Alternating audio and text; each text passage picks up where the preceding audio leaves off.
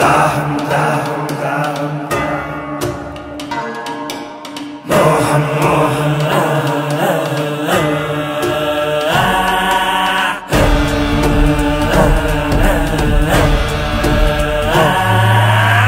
దాహం దాహం అధికార దాహం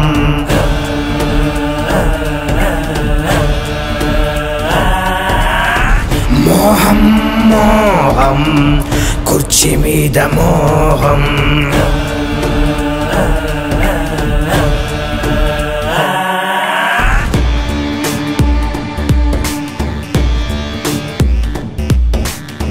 మరిచింది రక్త సంబంధం ఆరింది పులివెందుల దీపం పెరిగింది క్రోధం ఇది జగన్నాథ వ్యూహం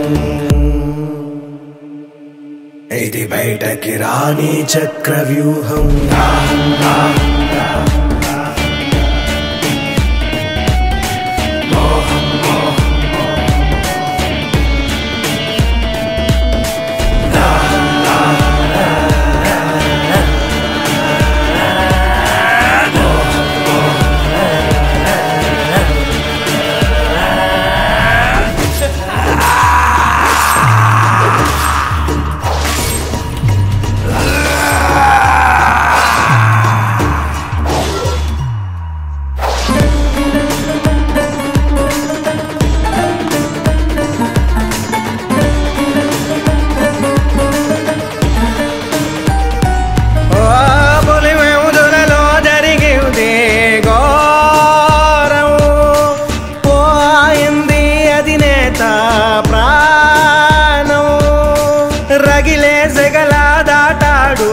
తీరం జగనే రణమై చేశాడు నేరం జరిగింది జగన్మోహన పట్టాభిషేకం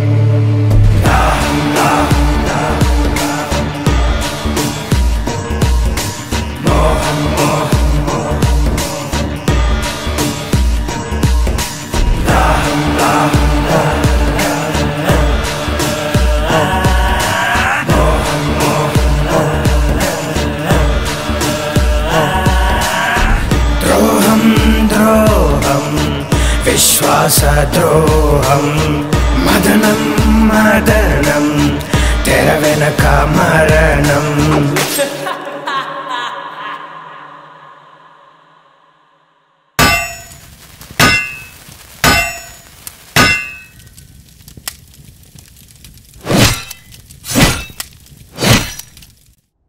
అనాదిగా వస్తున్న ఆచారం మనిషికి మనిషికి మధ్య ఉన్న సంబంధం ఆదిమానవుడి కాలంలో ఆకలి కోసం కడుపు నిండాక స్థలం కోసం బతకడం తెలిసాక ఎదగడం కోసం పేర్లు మారుతున్నా వాటిని పొందడానికి జరుగుతున్న సాంప్రదాయం పేరు మాత్రం యుద్ధం. ఓసారి రాయలసీమ ప్రాంతంలో జనం దైవ సమానంగా కొలిచే ఓ రాజు.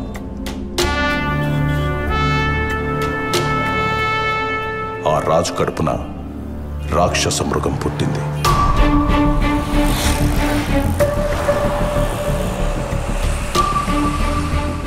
అది అధికార కాంక్షతో రగిలిపోతూ మంచి చెడు మర్చిపోయి తన మన భేదం లేకుండా మారణ హోమాన్ని తలపించే భీకర యుద్ధాన్ని సృష్టించి ఎదగడం ప్రారంభించింది.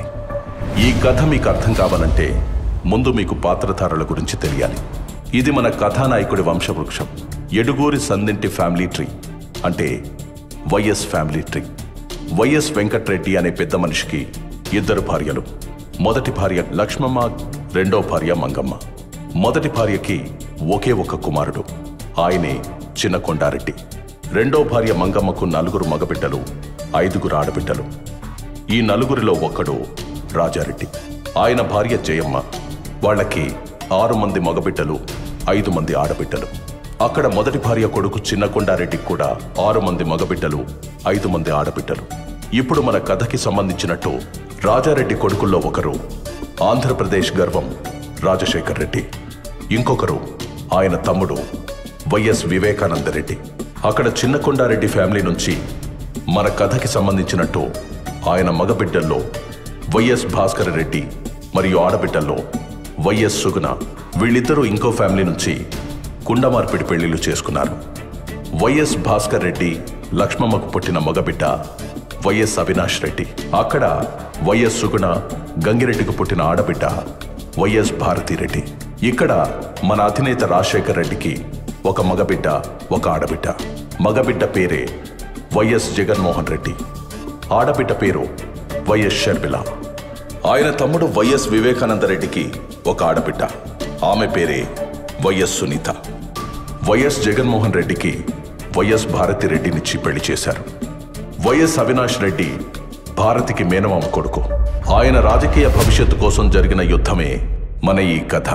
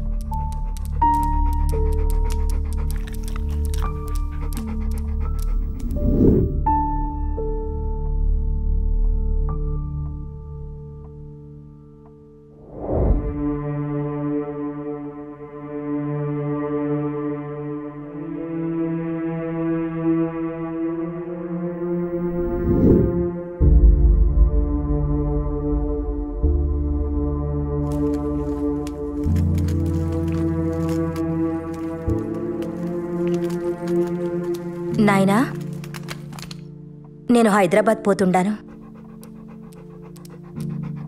ఇంకో 2 దినాలు ఉండిపోవచ్చుగా తల్లి. నాకు కూడా ఉండాలనే ఉండాది నాయనా, కానీ హాస్పిటల్ నుండి కాల్స్ వస్తుండాయి. పిల్లలు కూడా నా కోసం ఎదురు చూస్తుండారు.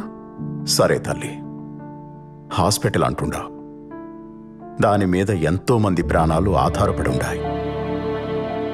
ఎవరి ఆలస్యం వల్ల వాళ్లకు అన్యాయం జరగకూడదు. పోయిరా తల్లి. ఎక్కువ ఆలోచించి మీ ఆరోగ్యం పాడు చేసుకోకండి. టైంకి మందులు తినండి నాయనా. సరే అయితే పోయొస్తాను నాయనా. ఆశీర్వదించండి. మంచిది, క్షేమంగా పోయిరా తల్లి.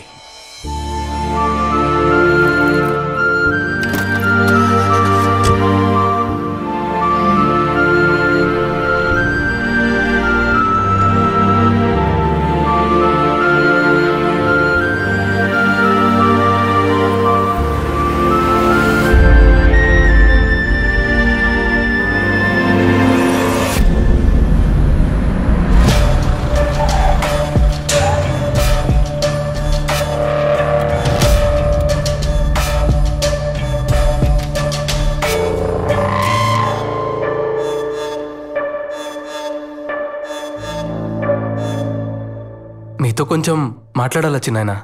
రాజకీయమా లేక కుటుంబ విషయమా? రాజకీయమే. అమ్మ ఆడబిడ్డలు లోపలికి పోయి నాకు మాట్లాడుకుందామా? నన్నే వెళ్ళమని నేరుగా చెప్పొచ్చు కదా. నా గురించి వాళ్ళనెందుకు పంపించడం? నాది కూడా ఈ కుటుంబమే. నేను మీలో ఒకటేనని ఏనాడు అనుకోలేదు కదా. ఎప్పుడు వేరుగానే చూస్తారు, వేరుగానే మాట్లాడతారు. అంతా నా కర్మ.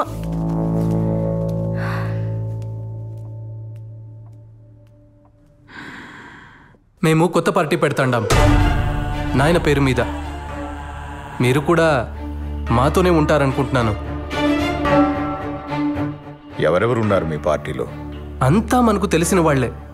గుంటూరులో దినేష్, నెల్లూరులో నరేష్, ఇంకా కడపలో మన అవినాష్.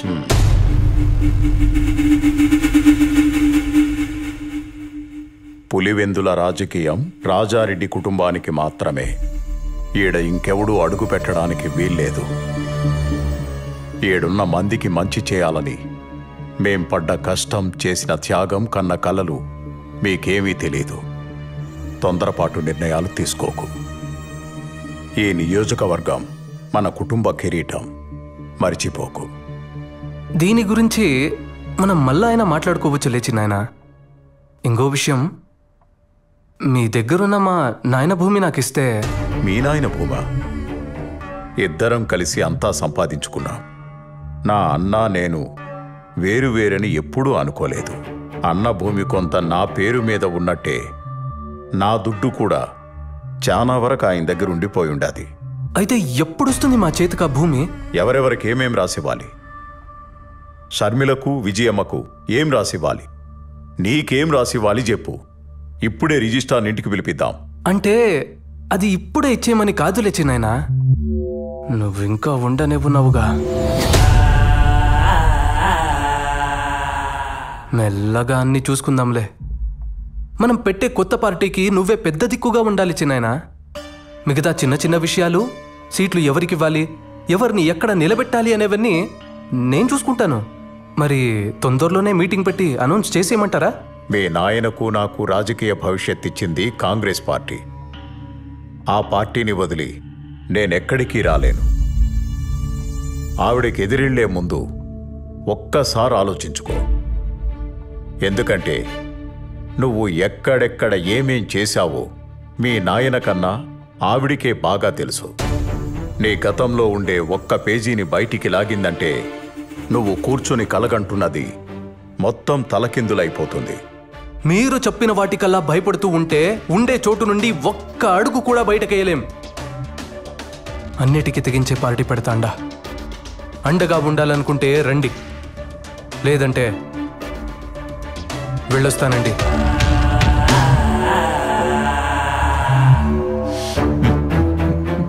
ఎందుకు వివేక వెనక్కి తగ్గుతుండా? పార్టీ పెద్దగా నిన్నే ఉండమని అడుగుతా ఉండాడు కదా. నీకేమన్నా తక్కువ అయి ఉంటే చెప్పు. ఆడి కోపం తెప్పించి నువ్వేమో ఇట్ట నవ్వుతా ఉండావు. అసలు నీ ఉద్దేశం ఏంటి? ఈరోజు నీ కొడుకు కోసం ఇంత గట్టిగా అడుగుతుండావే వదినమ్మా. వాడు నా మీద చెయ్యెత్తిన రోజు మాత్రం ఒక్క మాట కూడా మాట్లాడలేదే. నేను పార్టీకి పెద్ద దిక్కంట. సీట్లు ఎవరికివ్వాలో, ఎక్కడ ఎవరిని నిలబెట్టాలో వాడే నిర్ణయిస్తాడంట. వాడు ఈడికొచ్చింది నన్ను పార్టీలోకి పిలవడానికి కాదు. నేను పార్టీ పెట్టుకుంటున్నా వచ్చి చేరితే చేరమని చెప్పడానికి మాత్రమే. నా దారి వాడి దారి వేర్వేర్లే.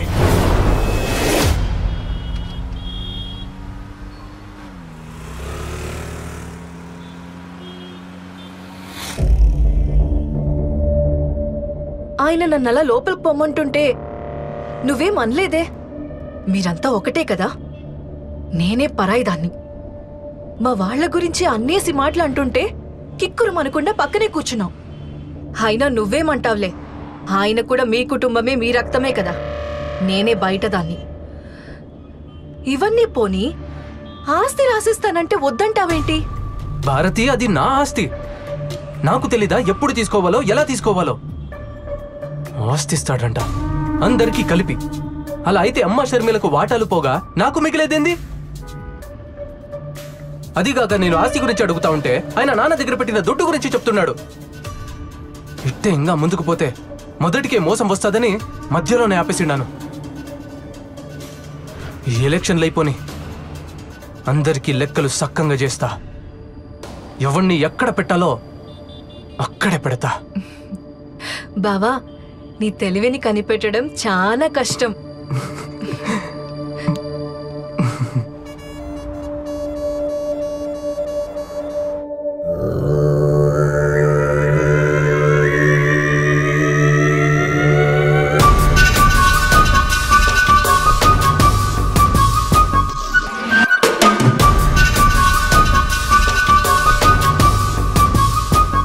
చూడు మామా, మా ఆయన ఆస్తి ఇవ్వమని అడిగితే నానా మాటలన్నీ అని పంపించాడు వీళ్ళ చిన్నాన్న.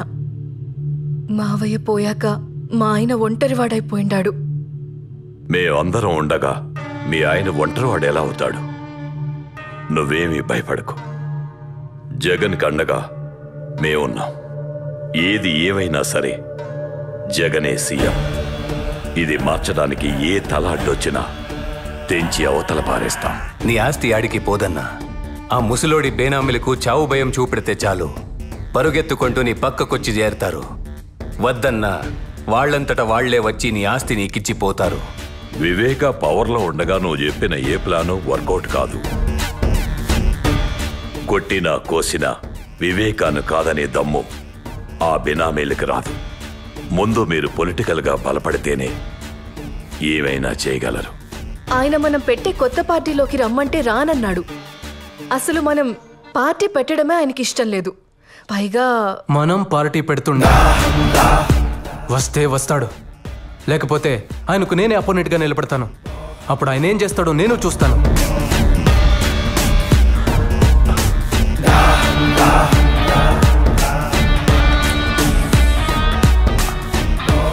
నువ్వు వివేకకి పోటీగా వెళ్తే అతనికి కోపం వస్తుంది.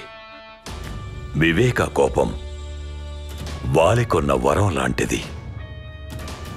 ఎదురుగా ఎవడున్నా సరే సగం బలం ఇట్టే లాగేసుకుంటాడు. జగనన్న ముందు వివేక ఎంత నాయనా? అయినా ఈ కడప రాజకీయం మనకేమైనా కొత్త? రాష్ట్ర రాజకీయానికి కడప రాజకీయానికి జింక పిల్లకి పెద్ద పులికి ఉన్నంత తేడా ఉంటాది. ఇది తెలియకే ఎంతో మంది నాయకులు చాలా తొందరగా చచ్చిపోయి ఉండారు. మన పెద్ద పులి రాజశేఖర్ రెడ్డి అంతటోడే. కడపలో నెగ్గాలంటే వివేక అవసరమై ఉండాడు. అది స్వయంగా ఆయనే ఒప్పుకున్నాడు. ఇప్పుడేం చేద్దామంటావు? ఏమి చేసినా విజయమే చేయాలా? మా ఆయన వల్లే కాలేదంటే ఆవిడెళ్ళేం చేస్తుంది మామా? వివేకకి విజయం అంటే చాలా గౌరవం. ఆవిడ ఎలక్షన్లో నిలబడతాదంటే వివేక పోటీలో కూడా ఉండడు. దాహం దాహం అధికార దాహం.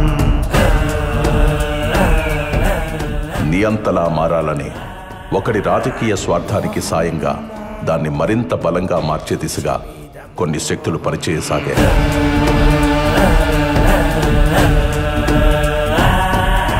అదే అదునుగా తన అధికార దాహానికి అయిన వాళ్లనే కాకుండా అవకాశం ఉన్న ప్రతి ఒక్కరిని వాడుకోవడం మొదలుపెట్టాడు.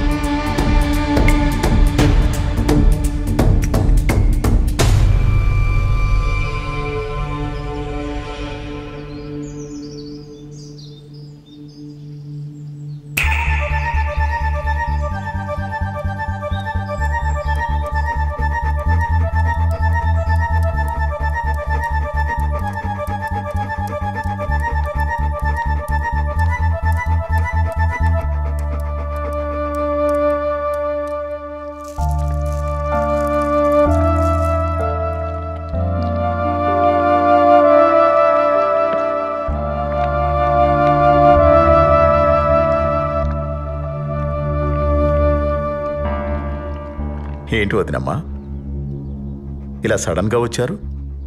ఏదైనా మాట్లాడాలా? వివేక, ఆయన చనిపోయాక నువ్వు చాలా మారిపోయి ఉండావప్పా. ఆస్తి గురించి వస్తే కొడుక్కి షర్మిలకి నాకు సపరేట్గా ఇస్తానని చెప్పుండావు. జగన్ మనసు ఎంత బాధపడుండాదో తెలుసా? మాలో మాకే నువ్వు గొడవ పెట్టబోతుండావు. ఈరోజు నేను మీకో దుర్మార్గుడిలా కనిపిస్తుండానేమో, కానీ నా మాట మాత్రం మీరు మర్చిపోగాకండి. ఏదో ఒకరోజు మిమ్మల్ని ఇద్దరినీ ఆ జగన్ భారతి రోడ్డు మీద నిలబెడతారు.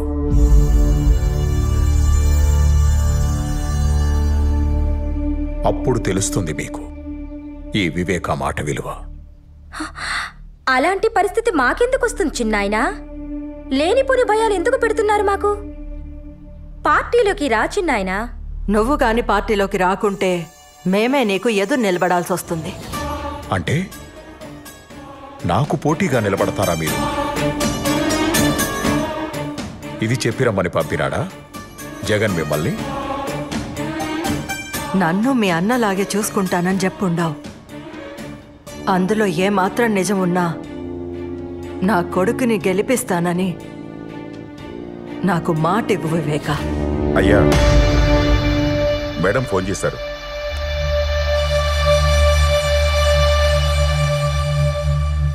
Hello madam. नमस्ते विवेक जी। आपने वादा किया था कि आप पार्टी के प्रति वफादार रहेंगे। इस वादे को निभाते हुए इस बार आपको कांग्रेस पार्टी के लिए पुलिवेंदला से चुनाव लड़नी होगी। अगर आप हमारे साथ खड़े रहोगे तो हमें बेहद खुशी होगी। विवेका जी, आप सुन रहे हो? विवेका जी, आप जैसा कहेंगे वैसा ही होगा मैडम। शुक्रिया। I promise you. I am going to contest in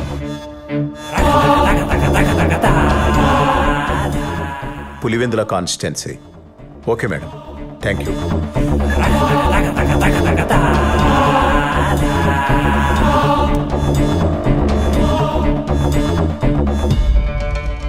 వదినమ్మా, కాంగ్రెస్కి ఇచ్చిన మాట వెనక్కి తీసుకోలేను. అలాగని చనిపోయిన మా అన్న కుటుంబానికి అన్యాయం చేయలేను. నా ఇంటి గడప తొక్కి కన్నీటితో అడిగిన మీ మాటను కాదనలేను.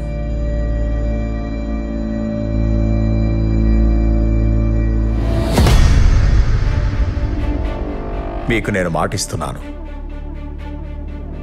ఈసారి ఎలక్షన్లలో మీకు పోటీగా నేనే నిలబడతాను. కానీ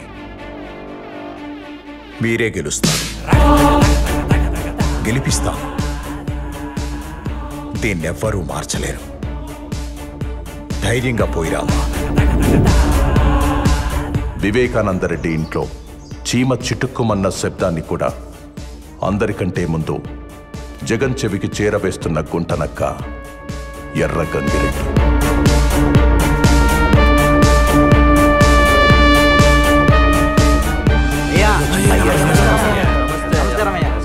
అయ్యా, మీరట కాలు మీద కాలేసుకొని కూర్చోండి. ఈసారి కూడా గెలుపు మనదే. అయ్యా, ఈసారి ఒక్క ఓటు కూడా అటు ఇటు పోదు, గెలుపు మనదే.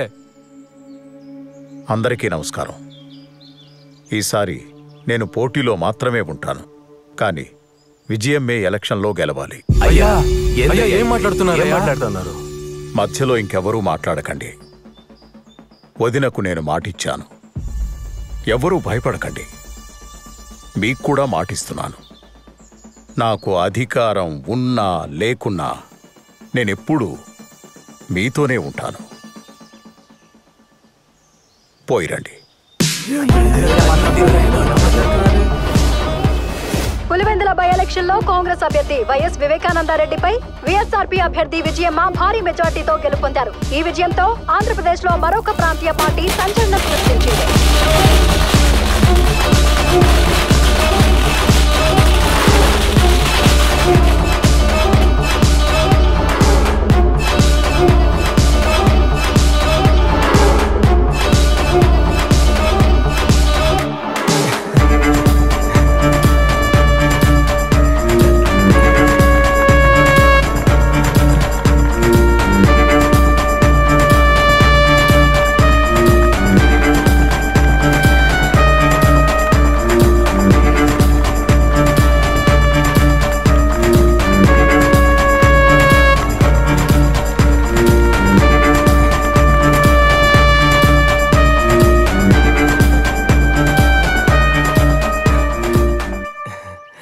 మనం గెలిచిండా నాయన, చాలా సంతోషంగా ఉండదు.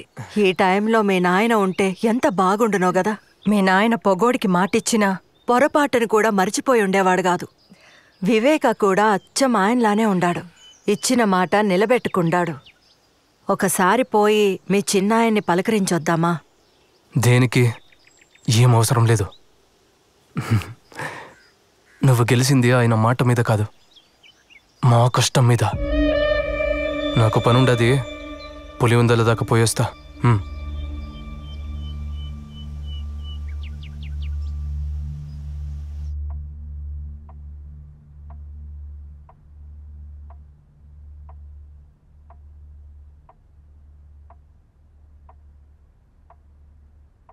అన్నా, మనం ఇప్పుడు పవర్లో ఉండాం కదన్నా. ఆ వివేక ఒంట్రోడయిండు. ఇప్పుడు వాళ్ళ పేనామిల్ని పిలిపించి ఆస్తి గురించి అడుగుదామా? వివేకాన్ని తక్కువ అంచనా వేస్తుండారు. మిమ్మల్ని గెలిపించాడు అంటే వాడు ఓడిపోయినట్టు కాదు. నాకు తెలిసినట్టు ఎమ్మెల్సీ ఎన్నికల్లో పోటీ చేస్తుండాడు. ఎమ్మెల్సీ ఎన్నికలు ఉంటాయని కూడా తెలియకుండానే రాజకీయాలకు వచ్చేసుండారా మీరిద్దరూ? ఉప ఎన్నికల్లో ఓడిపోయి డిపాజిట్ ను కాపాడుకున్న వైఎస్ వివేకానందరెడ్డిని వ్యవసాయ శాఖ మంత్రిని చేసిన ప్రభుత్వం గతంలో ఎమ్మెల్సీగా పనిచేసి పదవీ కాలం ముగియడంతో రాజీనామా చేసిన వైఎస్ వివేకానందరెడ్డిని ప్రభుత్వం మళ్లీ ఎమ్మెల్సీని చేసి వ్యవసాయ శాఖ మంత్రిని చేసింది.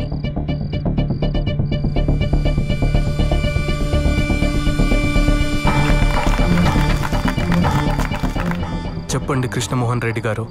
అన్నా, వివేకం ఉంటే మన పార్టీలోనైనా ఉండాలి, లేదా పవర్లో లేకుండానే ఉండాలి. మన పార్టీ గెలవనప్పుడు వాడు పవర్లో ఉంటే మనకు చాలా ఇబ్బంది అవుతుంది. ఆ ప్రశాంత్ కిషోర్కి ఫండ్స్ కూడా ఏర్పాటు చేయాలా. ముందు మనం చేయాల్సిన పనులు ఈ రెండు. దీని గురించి మీరు చాలా సీరియస్గా ఆలోచించాలి.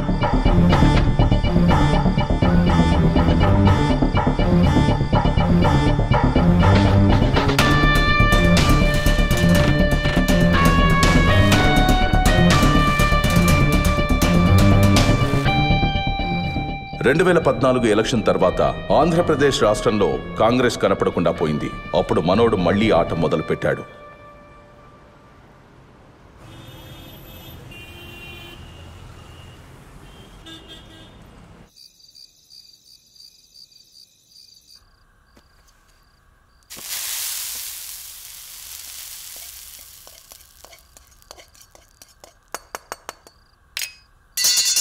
అయ్యో పెద్దమ్మా, ఇంట్లో ఇంతమంది పనివాళ్ళుండగా నువ్వెందుకు వంట చేస్తుండావు? ఇవిక్కడే వదిలే, నేను చేసి పెడతా, నువ్వు వెళ్ళు. దీంట్లో ఏముండదులే బిడ్డ, నాకు కూడా అప్పుడప్పుడు వంట చేయాలనిపిస్తూ ఉంటుంది. కానీ ఇంట్లో వంట చేయడానికి నాకు నో పర్మిషన్. వాళ్ళు చేసి పెట్టిందే తినాలి తప్ప నన్నెవ్వరు ఏం చేయనివ్వరు. ఇలా ఎప్పుడో ఒకసారి అవకాశం వస్తుంది. అలా వచ్చినప్పుడు మాత్రం అస్సలు వదులుకోకూడదు కదా. అవును, ఎట్టా ఉంటది మీ సోషల్ సర్వీస్? ఇప్పుడు కూడా అంతేనా? నాకు పేషెంట్ దొరక్కపోయినా పర్లేదు, కానీ ఎవరి ఆరోగ్యం పాడవకూడదని పరిగెడతానే ఉండావా? అంతే కదా. నా చేతిలో ఎంత చేయొచ్చో, నా వల్ల ఎంత అవుతుందో అంత చేస్తానంతే. నీకింకా చెయ్యాలనుంటే పవర్లో కూర్చుని చేయొచ్చు కదా. రాజకీయం ద్వారా అయితే రీచ్ ఎక్కువ ఉంటది. దానికి నాన్న ఉన్నారు కదా, నాకెందుకు అవన్నీ? మీ నాయనకి నువ్వన్నా చెప్పమ్మా. ఆయనతో జనాలకి ఎంత అవసరమో ఆయనకి రాజకీయం కూడా అంతే అవసరం. మేం చాలాసార్లు అడిగి చూసినాం, ఒక్కసారి కూడా మా మాట వినకపాయే. ఆ కాంగ్రెస్ పార్టీకే విధేయుణ్ణి అంటుంటాడు. ఇప్పుడు రాష్ట్రంలో కాంగ్రెస్ పార్టీ లేకుండా పోయింది. కనీసం ఇప్పటికైనా మాతో చేరమని చెప్పమ్మా.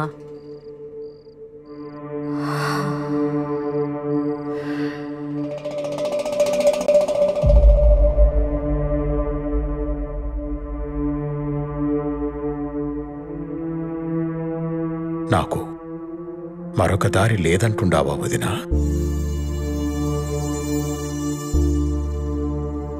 మనమిలా తలో పక్కా విడిపోయి అవమానం పాలు కావద్దంటాండాను. ఆలోచించు వివేక. అందరం కలిసుంటేనే కదా కుటుంబానికి గౌరవం, బలం ఉంటుంది కదా.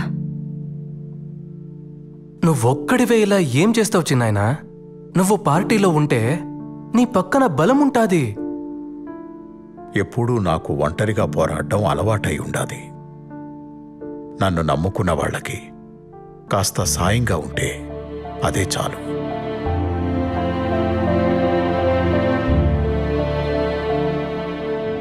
అమ్మా సునీత, నువ్వైనా చెప్పమ్మా మీ నాయనకి.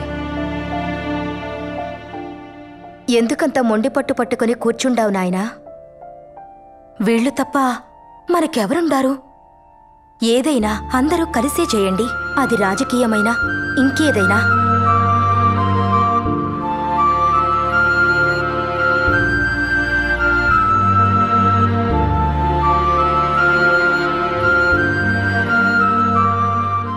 సరే వినండి, మీరన్నట్టే కానియండి.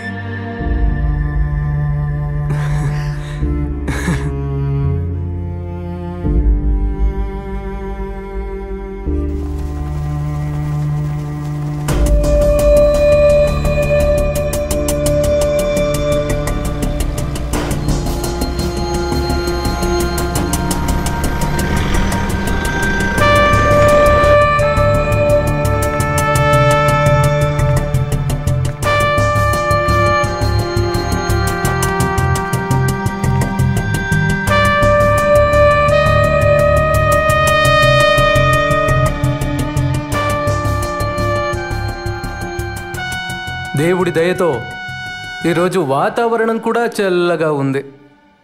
చక్కటి చిరునవ్వులతో ఆప్యాయతను చూపిస్తూ ప్రేమానురాగాలు పంచిపెడతా ఉన్న ప్రతి అక్కకు, ప్రతి చెల్లెమ్మకు, ప్రతి అవ్వకు, ప్రతి తాతకు, ప్రతి సోదరుడికి, ప్రతి స్నేహితుడికి ముందుగా 2 చేతులు జోడించి హృదయపూర్వకంగా కృతజ్ఞతలు తెలుపుకుంటా ఉన్నా.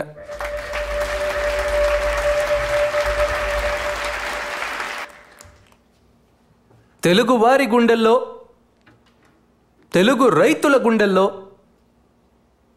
ఎప్పటికీ నిలిచిపోయే ఒక మహా వ్యక్తి,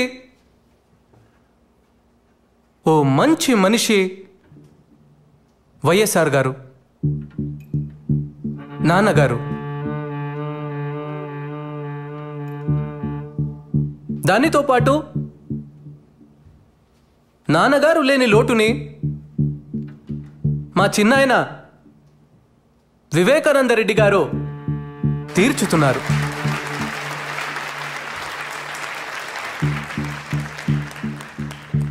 ఆయన మన పార్టీలో చేరడం వల్ల మనకు 1000 ఏనుగుల బలం వచ్చింది. ప్రజల ఆశీస్సులు, రైతన్నల ఆశీస్సులు, అక్క చెల్లెమ్మల ఆశీస్సులు ఎల్లప్పుడూ మన పార్టీకి ఉండాలంటే చిన్నాయన వివేకానంద రెడ్డి గారి ఆశీర్వాదం మనకు చాలా అవసరం.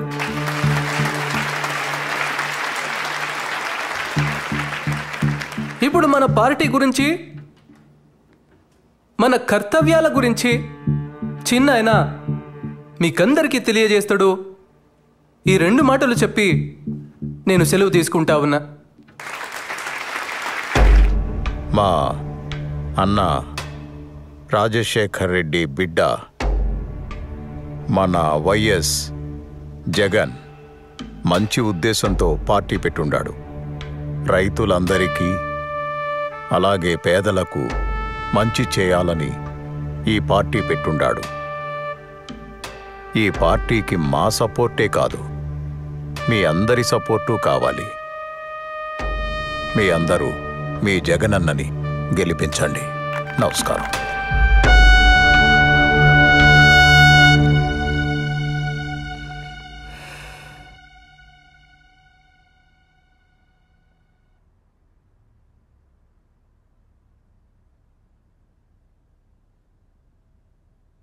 ఎమ్మెల్సీ ఎన్నికల్లో శివశంకర్ రెడ్డి నిలబెడదాం బావా. ఆయన మనకి ఎంతో సహాయం చేశారు కదా. బాబాయ్ నిలబడుతున్నాడు కదా. ఆయన కోసం మనకు సాయం చేసిన వారిని మర్చిపోతామా? ఆయన మనకు విలువ ఇవ్వనప్పుడు వీళ్లే కదండి మన పక్కన నిలబడ్డారు. భారతి నీకు అసలు... సరే వదిలే భారతి. ఇప్పుడు అన్న ఎలా చెప్పితే అలా చేద్దామంతే. ఏదో సీటుకి ఆశపడి మిమ్మల్ని అడిగాం. దీనివల్ల అన్నకు బాధ అయితే మనకి సీట్ వద్దు. బాబాయిని ఇప్పుడు వద్దంటే అపోజిషన్కి వెళ్ళిపోతాడు. తర్వాత మన పక్కలో బల్లెమై కూర్చుంటాడు. ఇప్పుడే మన పరిస్థితి ఇలా ఉంటే ఇంకా ఆయన పవర్లో ఉంటే మన పరిస్థితి ఏందో ఆలోచించినారా? అయితే ఇప్పుడు ఏం చేద్దామంటావు? ఇంతకు ముందు వివేక వేసిన ప్లాన్ ఈసారి మనం వేద్దాం. ఆయన్ని ఎమ్మెల్సీగా నిలబెడదాం. కానీ గెలవడు. పవర్లో లేని వివేక కాన్ఫిడెన్స్ తగ్గిపోయి కామ్గా ఉంటాడు. తరువాత ఎలక్షన్స్లో మనం చేయాల్సింది చేద్దాం.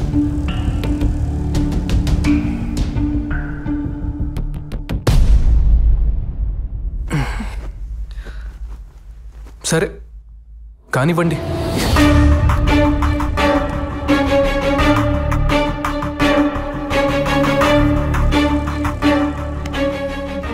ఇలా ఈ ముగ్గురు కలిసి ఎమ్మెల్సీ ఎన్నికల్లో వివేకాన్ని ఓడించడానికి ఉన్న అన్ని ప్రయత్నాలు చేస్తూ సకల విధాలా కష్టపడి సమిష్టి కృషి చేశారు. చివరికి ఎమ్మెల్సీ ఎన్నికల్లో వైఎస్ వివేకానందరెడ్డి ఘోర పరాజయం పాలయ్యారు.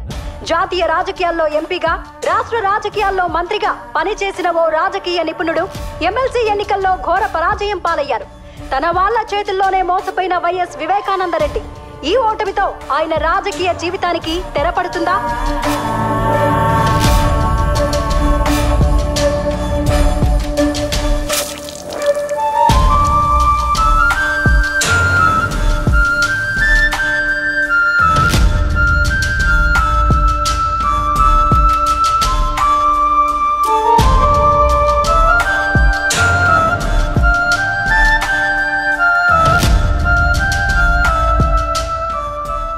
దశాబ్దాల రాజకీయ జీవితంలో వివేకాకు ఈ ఓటమి అతిపెద్ద అవమానమైంది.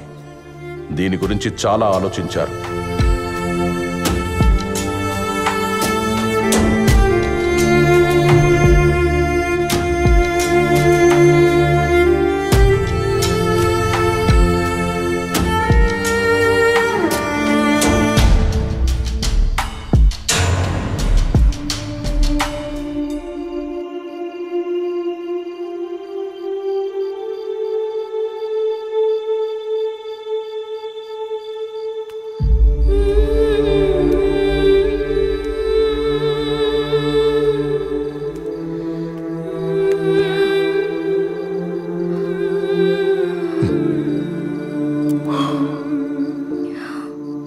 బాగుండావా నా బంగారు తల్లి?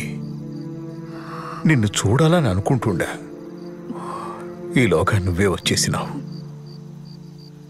ఈ నాయన మనసు నీకెట్టా తెలిసిపోతుండాది బంగారు తల్లి? నేను చెప్పడం వల్లేగా నువ్వు ఓడిపోయినావు. మన వాళ్లతో కలిసి ఉండమన్నానే కాని ఓడిపోమని కాదు నాయనా. ఎందుకో ఈ ఓటమిని చూడలేకపోతుండాను. అయ్యో పిచ్చి నా తల్లి, రాజకీయాల్లో ఓడిపోవడం గెలవడం సహజమే. ఇప్పుడు ఓడిపోయాను, ఇంకోసారి మళ్ళీ గెలుస్తాను. జనాల్లోకి పోయి తిరుగుతాను, ఎక్కడ తప్పు జరిగిందో తెలుసుకుంటాను. నీకోసం వచ్చే ఎన్నికల్లో తప్పకుండా గెలుస్తాను.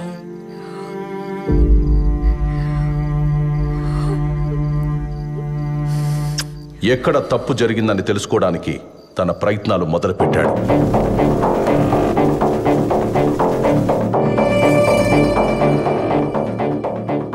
తన ఇన్నేళ్ల రాజకీయ అనుభవంతో వివేక తన ఓటమికి కారణాలు కనుక్కున్నాడు.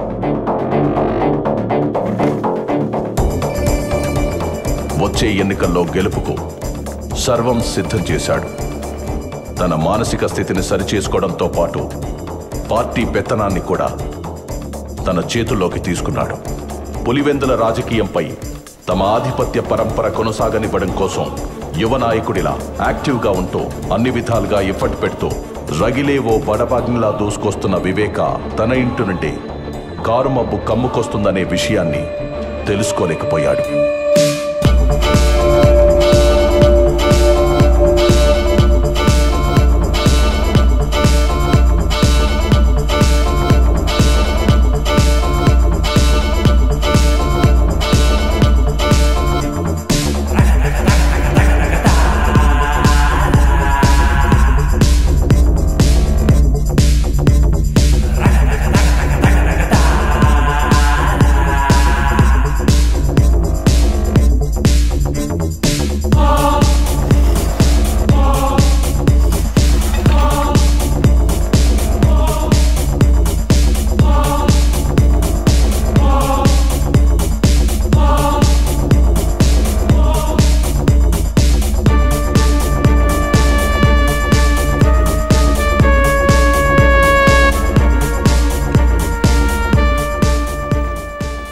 గడుస్తున్న కొద్దీ పార్టీలో వివేక చరిష్మా పెరిగి అది తన రాజకీయ భవిష్యత్తుపై ప్రభావం చూపుతుందనే భయం మొదలైంది.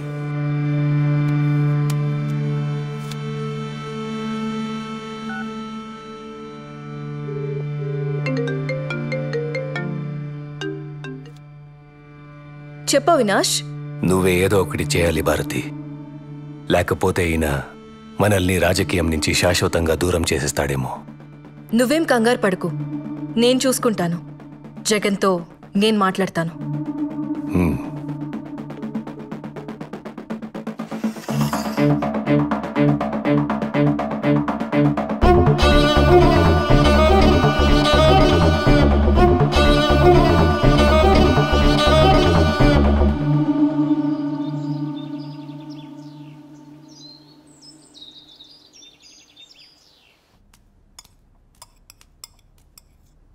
మీతో కొంచెం మాట్లాడాలి చిన్నమామ. రాజకీయమా లేక కుటుంబ విషయమా? ఈ కుటుంబానికి రెండు ఒకటే గదా. ఎందుకు చిన్నమామ నేనంటే అంత కోపం మీకు? నేనేం పాపం చేశాను? ఒక్కసారైనా నన్ను ఈ కుటుంబంలో మనిషిగా చూసారా? షర్మిలమ్మ, నేను, సునీత కలిసే పెరిగాం కదా. షర్మిలమ్మను హైలైట్ చేసి మెచ్చుకున్నట్లు, గౌరవించినట్టు ఎప్పుడైనా నా గురించి ఒక్క మంచి మాట అన్నారా? షర్మిలమ్మను ఎవ్వరూ ఊరికే హైలైట్ చేయడం లేదమ్మా. మీ ఆయన వెళ్ళి జైల్లో కూర్చుంటే షర్మిలమ్మ ఆడబిడ్డైనా వెళ్ళి పాదయాత్ర చేసింది. ఎండకు వానకు జనాల్లో కలిసి తిరిగింది. ఎంతో కష్టపడింది. అందుకే అంత మంచి పేరు సంపాదించుకుంది. పోనీ నువ్వు చేయలేకపోయావా పాదయాత్ర? అప్పుడు అందరూ నిన్నే హైలైట్ చేసి మాట్లాడుకునేవారు. అవన్నీ నా వల్ల అవ్వలేండి గాని మా వాళ్లకు అదే అవినాష్కి ఎంపీ సీట్ అడిగితే ఎందుకంత స్వార్థంగా వద్దంటుండారు? ఏమ్మా, షర్మిలమ్మ పడ్డ కష్టానికి ఏదో మా వంతు సహాయంగా చిన్న ఎంపీ టికెట్ ఇచ్చి సరిపెడదామనుకుంటుండా. ఆమె చేసిన దానికి ఆ సీటు కూడా తక్కువే. తను తలుచుకుంటే ఒక మంచి నాయకురాలవుతుంది. ఒక ఆడబిడ్డకి ఇచ్చిన సీటు తీసుకెళ్లి మీ భాస్కర్ రెడ్డి కుటుంబానికి ఇవ్వమని వంత పాడుతున్నావే, సిగ్గుగా లేదమ్మా నీకు? సరే, నేను వెళ్తున్నాను. మీరు భోజనం చేసి కడుపు నింపుకునే రండి. మీరెప్పుడు నన్ను ఒప్పుకోరు. షర్మిలమ్మ కడప ఎంపీ ఏంది? నేను మీకు ముందే చెప్పుండాను, పులివెందుల రాజకీయాలు రాజారెడ్డి కుటుంబానివి మాత్రమే. ఆ అవినాష్ని జమ్మల మడుగులో నిలబడమను నేనే క్యాంపెయిన్ చేసి గెలిపించుకుంటాను.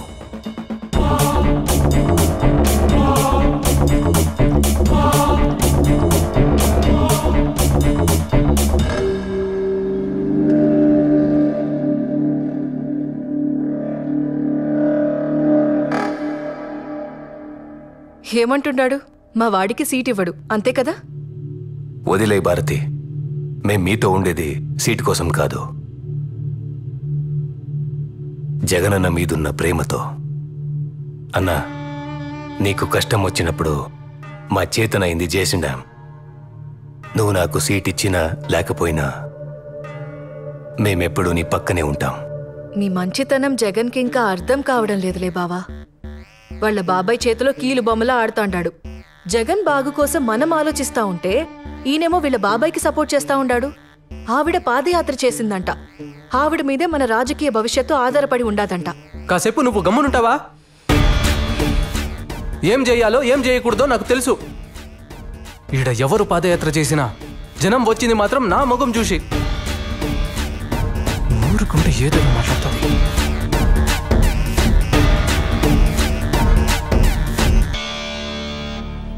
ఎలా ఉన్నారు చిన్నాయన? సడన్ గా పిలిచినారు?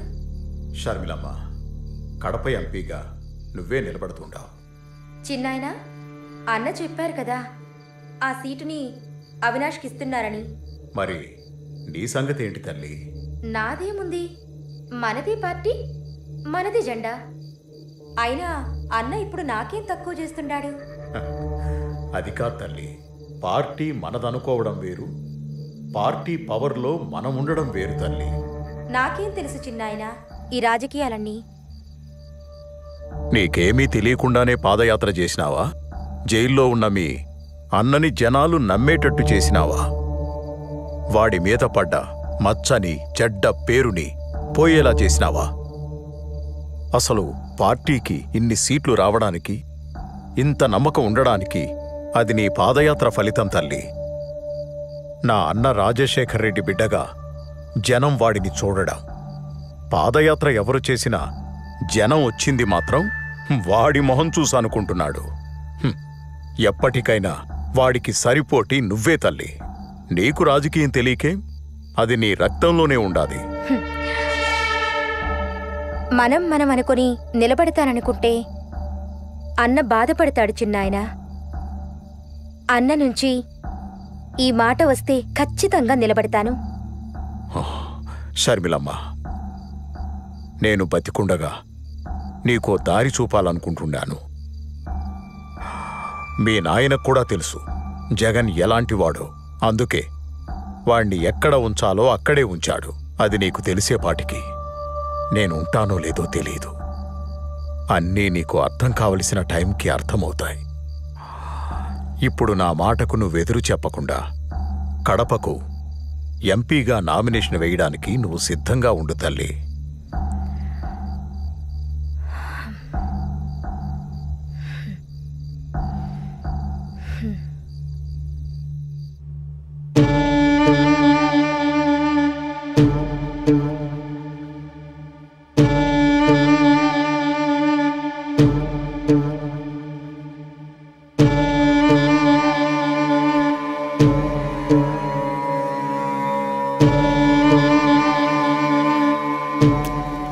ఈసారి ఎలాగైనా మనం గెలవాలి జగన్ గారు.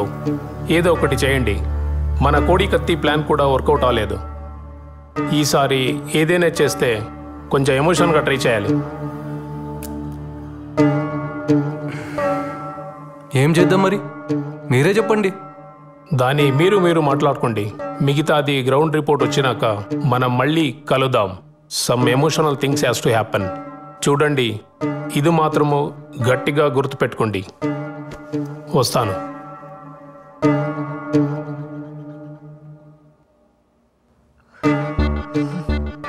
పార్టీ నీది, పెత్తనం ఆయనది. నీకింకెలా చెప్తే అర్థమవుతుందో కూడా నాకు తెలియడం లేదు. ఈ విషయంలో జగన్ ఏం చేయడు. మీరైనా ఏదో ఒకటి చేయొచ్చు కదా అవినాష్ బావా. అన్నని ఒక్క మాట చెప్పమని చెప్పు చాలు. అన్న కోసం ఏదైనా చేస్తాను. వివేక సార్లాగా సొంత నిర్ణయాలు నేను తీసుకోను. అన్న మాటకు నేను కట్టుబడి ఉంటాను. అన్న వెంటే ఉంటాను. బావుంది. మీరు మీ అన్న మాట వింటారు, ఆయన వాళ్ళ బాబాయ్ మాట వింటారు. ఇదిలాగే ఉంటే ఏదో ఒక రోజు షర్మిలమ్మని సీఎం చేసేస్తాడు. అప్పుడు మనమందరం కలిసి అడుక్కు తిందాం. సరే, ఈ మాటలని ఎందుకో? ముందు ఏం చేయాలో అది చూడండి. పీకే చెప్పాడు కదా సింపతి వర్కౌట్ అవ్వాలని. అన్నా, ఇది చాలా కష్టమైన పనన్నా. నీకోసం ఎంత కష్టమైనా భరిస్తాను, కానీ అడ్డుంది పెద్ద నీడ. ఇంతకంటే పెద్ద నీడల్నే. చూడు, నీకు కావలసిన సపోర్ట్, ఇన్ఫ్లుయెన్స్ నేను చూసుకుంటాను. నువ్వేం చేయాలనుకున్నావో చేసేయి. సరే అన్నా, అయితే మనకున్న అడ్డుని శాశ్వతంగా తొలగించేస్తానన్నా. నీకు రాజకీయ భిక్ష పెట్టుండాను. ఆ కృతజ్ఞతను చూపెట్టే సమయం ఇది. నువ్వేం చేయాలనుకున్నావో చేయి.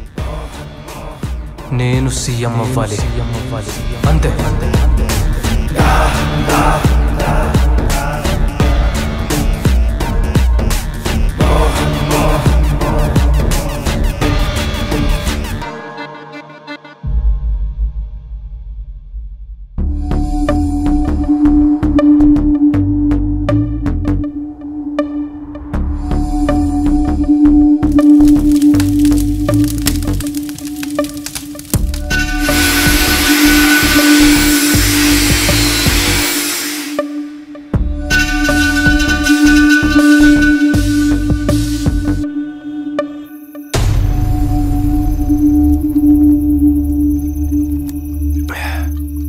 దస్తగిరి అంతా రెడీ కదా?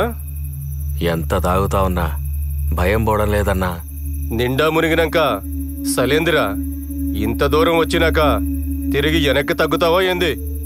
అన్నా అస్సలు మొత్తం ప్లానింగ్ లో నా పేరుని నీ కాడికి తెచ్చినోడు ఎవడన్నా?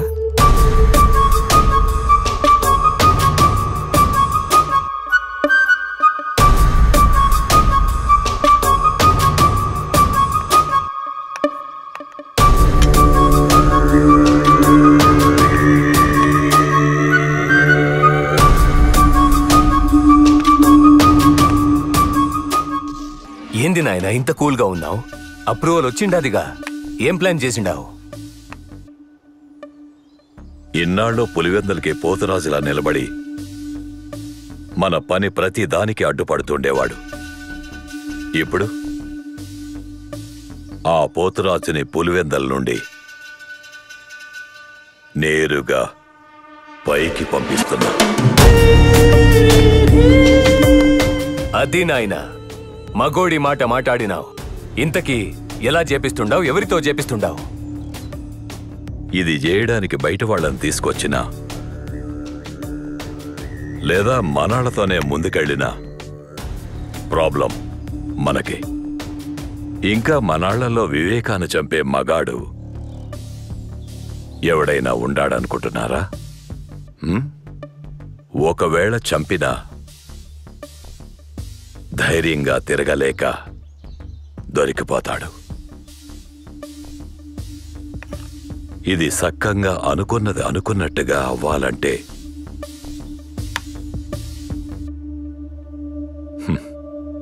కొందరు వల్లే అయితాది. ఆ కొందరు ఎవరు నాయనా? ఒకటి, ఆయన గురించి అంతా తెలిసే ఉండాలా, ఆయన పక్కనే ఉండాలా, ఆయన మీద పగ పీకల దాకా ఉండాలా. అలాంటోడికి దుడ్డు అవసరం, దండిగా ఉండాలా. అలాంటోళ్ళు మనకి ఏడ దొరుకుతారో? ఏడా వెతకనవసరం లేదు, అందరూ మన చేతుల్లోనే ఉండారు. మొదటివాడు ఆయనతోనే తిరుగుతా మనకు సాయం చేసే ఎర్ర గంగిరెడ్డి. బెంగళూరు సెటిల్మెంట్లో వివేక గంగిరెడ్డి వాటాను కూడా వాళ్ళకే ఇచ్చేసి మంచి పేరు తెచ్చుకున్నాడు. ఈడేమో ఆయన మీద పగ పెంచుకున్నాడు. ఇక రెండోవాడు దస్తగిరి. వివేక వీడిని నానా మాటలని అందరి ముందు అవమానం చేసి బయటకు తోసేసి ఉంటాడు. ఇప్పుడు వీడికి వివేక మీద కోపం ఉంది, దుడ్డు అవసరం ఉండాది. వీళ్లతో పాటు మన సునీల్ యాదవ్, ఉమాశంకర్ రెడ్డి, నేను కూడా ఉంటాను. దస్తగిరిని దారిలోకి తెచ్చి మిగిలినంత సునీల్ యాదవ్ చూసుకుంటాడు. ప్రేమ చూపినారు, అయిన వాళ్ళే వెన్నుపోటు పొడిచినారు, కుట్ర పొందినారు, విషము చిందినారు, కలియుగా నాశకులై చేరినారు. నమ్మించి మోసం చేసే వాళ్ళ అస్త్రం ఇది, ఆ నలుగురి కుట్రం.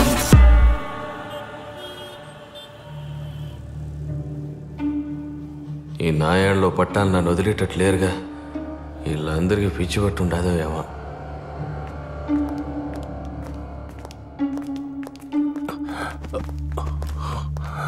కూర్చోండి కూర్చోండి. నమస్తే సార్. మీరు అటు కూర్చోండి. ఏం దస్తగిరి, ఎన్నాళ్ళనిట్ట కారు నడుపుకుంటూ బతుకుతావు? లైఫ్లో ఎదిగే ఆలోచనలు ఏమైనా ఉండాయా? నాకేం వచ్చన్నా డ్రైవింగ్ తప్ప. నీ లైఫ్ సెట్ అయిపోయే పని చెప్తా, చేస్తావా? ఈ పనికి నువ్వేం భయపడాల్సిన అవసరం లేదు. మేమందరం నీ అనుకుంటాం, నీ మీద ఈగ కూడా వాలకుండా చూసుకుంటాం. వివేక తల మీద 45 crores ఉండాది. నీ వాటా 5 crores వస్తుంది. ఎక్కువగా ఆలోచించుకో. మాకు ఈ పని చేసి పెట్టినావంటే చాలు, నీ దశ తిరిగిపోతుందిరా.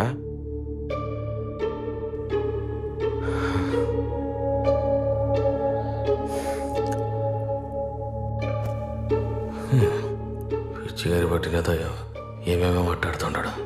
సునీల్, ఆడి పని చేస్తాడంటావా? మరేంటాడు మాట్లాడుతూ ఉంటే మధ్యలో లేసి వెళ్ళిపోతా ఉన్నాడు? ఆడిని నేను ఒప్పిస్తానన్నా.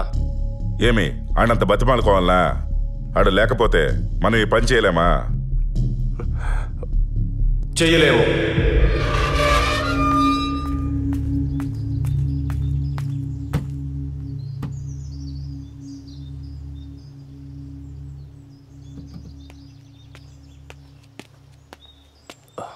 ఏం దస్తగిరి మాట్లాడుతుంటే అలా మధ్యలో వదిలేసి వచ్చేసుండవు? లేకపోతే ఏందన్నా పొద్దున ఇంటికి తీసుకొచ్చుండవు. ఆ ఫ్యామిలీ పేరు చెప్తేనే ఉచ్చబోసుకుంటారు వీళ్ళు. వాళ్ళని చంపే సీన్ వీళ్ళకెక్కడదన్నా. పైగా 45 కోట్లంట. వీళ్ళకంత సీన్ లేదన్నా. ఇవన్నీ అయ్యే పని కాదు గాని నే పోతాండా, నువ్వు. సరే అవుతుందో లేదో నువ్వే చూద్దు గాని రేపు పెళ్లిపేట దగ్గరికి రా.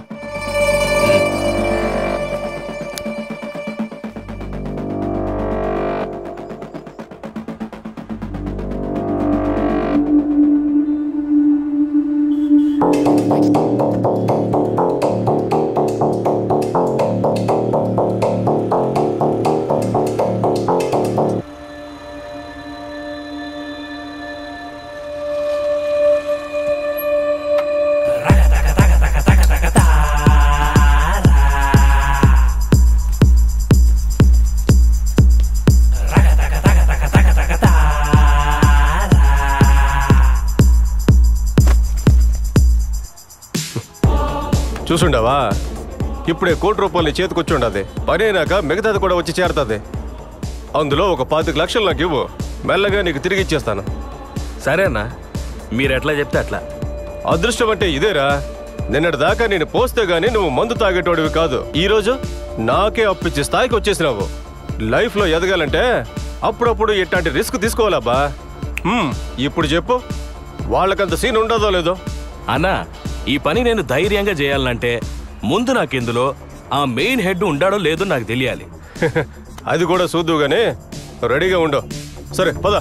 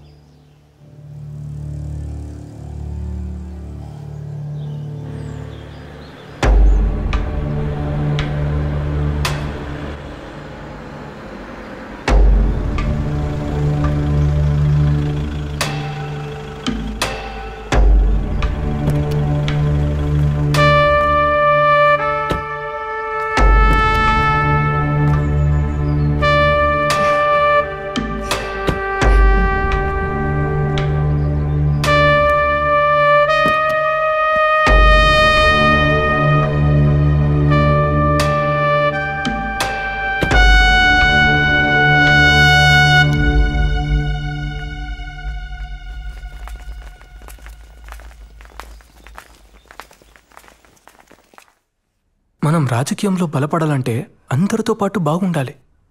అవును, వాళ్ళని నువ్వే రమ్మన్నావా? అవినాష్ చెప్తాడు. అవినాష్ అన్నా, వాళ్ళు చిన్న మనుషులు కదా, ఇక్కడేం చేస్తున్నారు? ఈసారి కొంచెం గట్టిగానే ప్లాన్ చేశామన్నా. ఈ దెబ్బతో మన సమస్యలన్నీ తీరిపోతాది. ఆ పీకే చెప్పినట్టు జనాల్లో సింపతి క్రియేట్ అవుతుంది. ఏం చేసినా సైలెంట్గా అయిపోవాలి. సరే అన్నా, అసలు ప్లాన్ ఏంటంటే అవన్నీ నాకు అవసరం లేదు. మీరేం చేస్తారో చేయండి. పీకే చెప్పినట్టు సింపతి గట్టిగా వర్కౌట్ అవ్వాలి. జనాలకి మన మీద నమ్మకం రావాలి. దానికోసం మీరు ఎంతవరకైనా వెళ్ళండి. మీ వెనకాల నేనుంటాను. సరే, నేను చూసుకుంటానన్నా.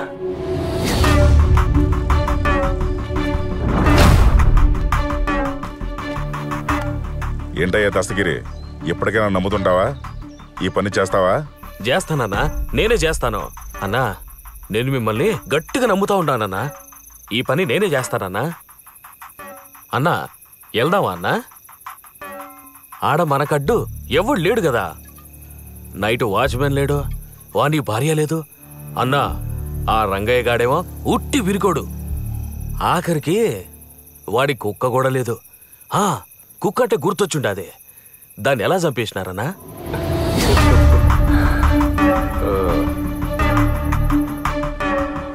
ఎప్పుడైతే మేము ఈ ప్లాన్ అనుకున్నామో అప్పటి నుంచి ఆయన ఇంటి చుట్టూ నిఘా పెట్టినాం. అప్పుడు మాకు అర్థమైంది ఏంటంటే ఆయన కోసం ప్యానం ఇచ్చే ఒక పవర్ఫుల్ కుక్క ఉందని.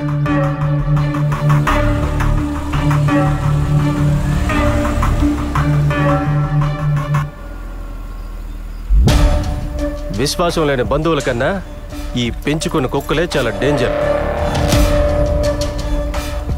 దాని ప్యానం పోయినా వివేకాకి ఏం జరగనివ్వదు.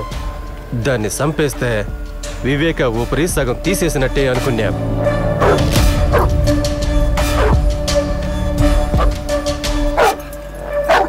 రాజు,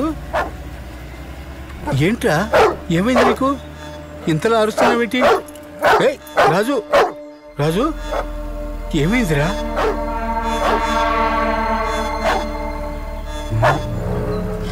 వెళ్ళింది ఇంటి చుట్టూ ఎన్నిసార్లు తిరుగుతూ అంటారు? వీళ్ళ వాకం చూస్తే ఇది తేడాగా ఉండదు. చూడ్డానికి దొంగల్లా కనిపిస్తున్నారే. అరే రాజు, ఎక్కడికి పోతున్నావురా? రాజు ఆగు.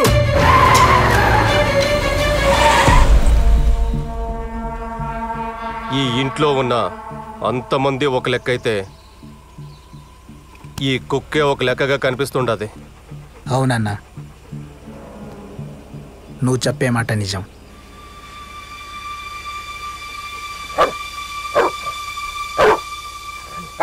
అన్నా, ఇదే కరెక్ట్ టైం అన్నా. బండి ఎక్కించాయి. చంపేయన్నా, చంపేయ్.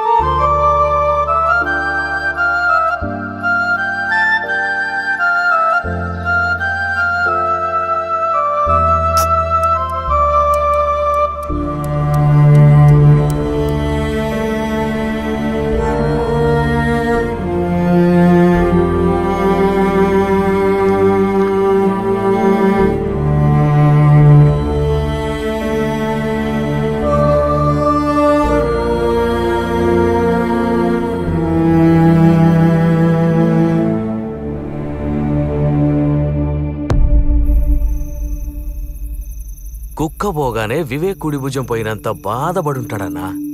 దానమ్మ అది బాంబుల కుక్క కాదన్నా. ఆ కుక్క ఒక్కటే 100 మంది పాలేగాళ్లతో సమానం అన్నా.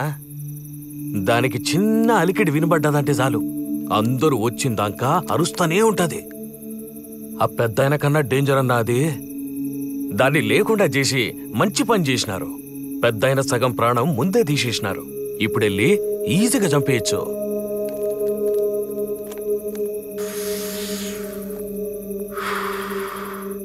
వేయడానికి గొడ్డలి మాత్రం మంచి తెచ్చుండవురా. ఏం మంచిదో పోన్నా. అది చేసేటప్పుడు శంకర్ రెడ్డి అన్న మాటలే గుర్తుకొస్తుంది.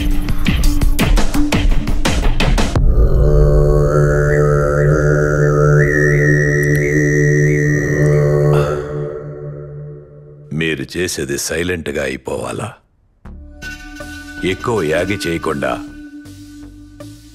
ముందు ముఖం మీద తలగడ పెట్టి ఊపిరి ఆపేయండి.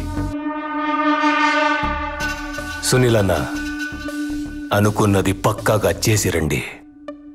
మధ్యలో ఆపేసి మాత్రం రాకండి. అన్నీ 1కి 2 సార్లు చెక్ చేసుకున్నాకే దిగండి. ఈ దెబ్బతో అయిపోవాలి వాడు. నేనంతా చూసుకుంటానన్నా. దస్తగిరి, నాకు గొడ్డలి కావాలప్పా. కొత్త చేయించాలా అన్నా? ఏంది చేయించేది? ఈ చుట్టుపక్కల ఎక్కడ మనం ఏం చేసినా వెంటనే వివేకాకు ఫోన్ వెళ్ళిపోతుంది. ఊరికే భయపడమాకు శంకర్ రెడ్డి అన్నా. ఏది ఏమైనా నేను చూసుకుంటా. లేదన్నా, శంకర్ రెడ్డి అని చెప్పింది నిజమే. ఈ ఏరియాలో సీమ సిట్టుకుమన్నా ఆ పెద్దానికి తెలిసిపోతుంది. అలాంటిది మనం కొత్త గొడ్డలొకటి చేపించినామని తెలిస్తే అంతే, నా భార్య ముండమయ్యాల్సిందే. ఏం దస్తగిరే, నువ్వు కూడా భయపడుతున్నావేమి? భయం కాదన్నా, నీకింకా వివేక్ గురించి పూర్తిగా తెలిసినట్లేదు. ఈ ఊరు కాదు కదా, అందుకే ఎగిరెగిరి పడుతుంటాడు. పొరపాటున వివేకాకు తెలిసి పాతాళానికి తొక్కితే అప్పుడు అర్థమవుతుంది ఈడ ఆయన ఏందో, ఆయన పవర్ ఏందో. ఏయ్, అనవసరమైన మాట్లాపి ఇప్పుడేం చేయాలో చెప్పు. నాకు తెలిసినోడొకడు గదిలో కొలిం పెట్టుకున్నాడు. అక్కడే చేయించుకొస్తానన్నా. సునీల్, అంతా జాగ్రత్తగా చూసుకోండి. నేను రేపు వివేక చేసే క్యాంపెయిన్ దగ్గరికి వెళ్తాను. అక్కడి నుంచి మీకు అప్డేట్ ఇస్తూ ఉంటాను. సరే.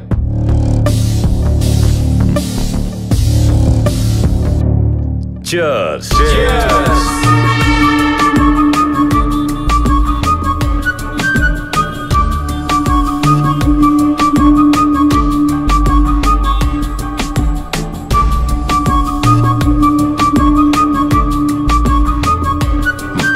నమస్కారం.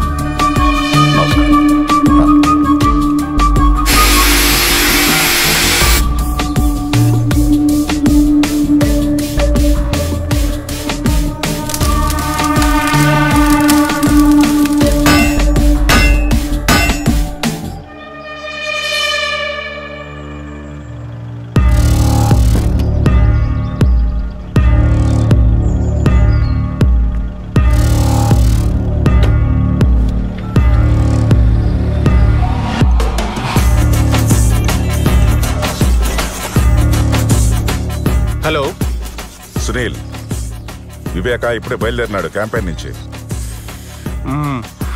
ఓకే, ఇక్కడంతా నేను చూసుకుంటా.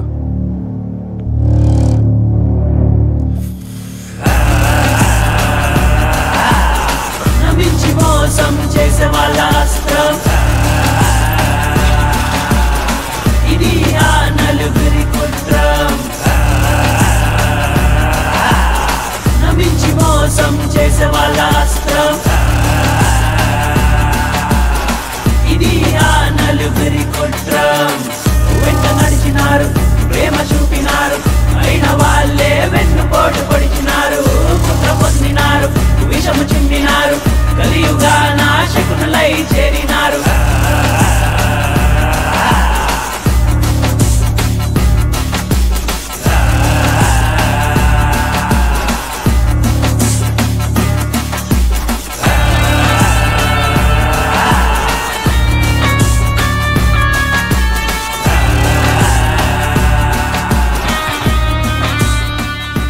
హలో సునీల్, ఏమై ఉండదు?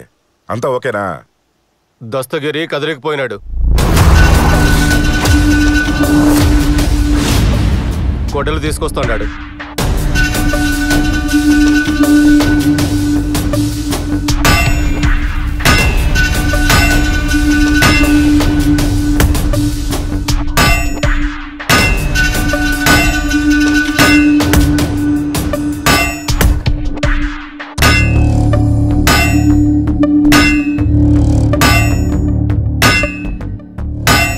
ఇప్పుడు ఎలాంటివేంది? అయినా నువ్వెందుకు పంపించినావా? ఇదంతా ముందుగా చూసుకున్న బళ్ళా? నీకేమైనా బుద్ధి ఉండదా? నువ్వేం కంగారు పడ మాకు, వాడు వస్తాడు.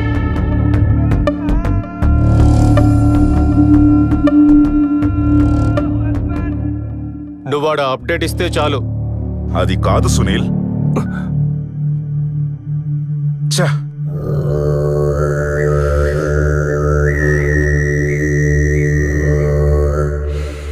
ఏమైంది అవినాష్?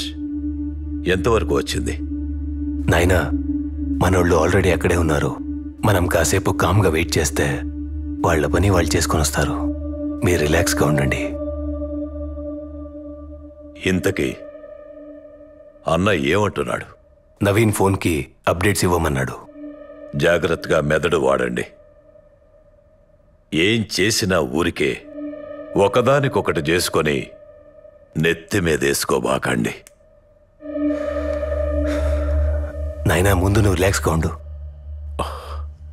మిగతాదంతా నేను చూసుకుంటాను.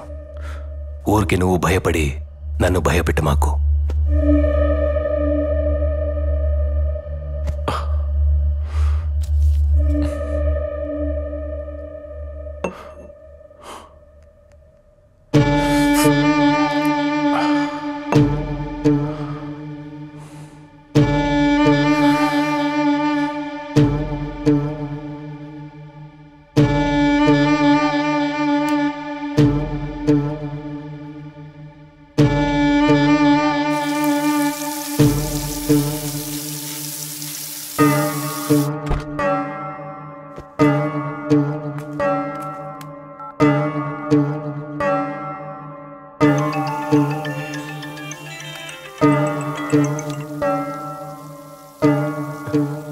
హలో, వచ్చినాడా దస్తగిరి?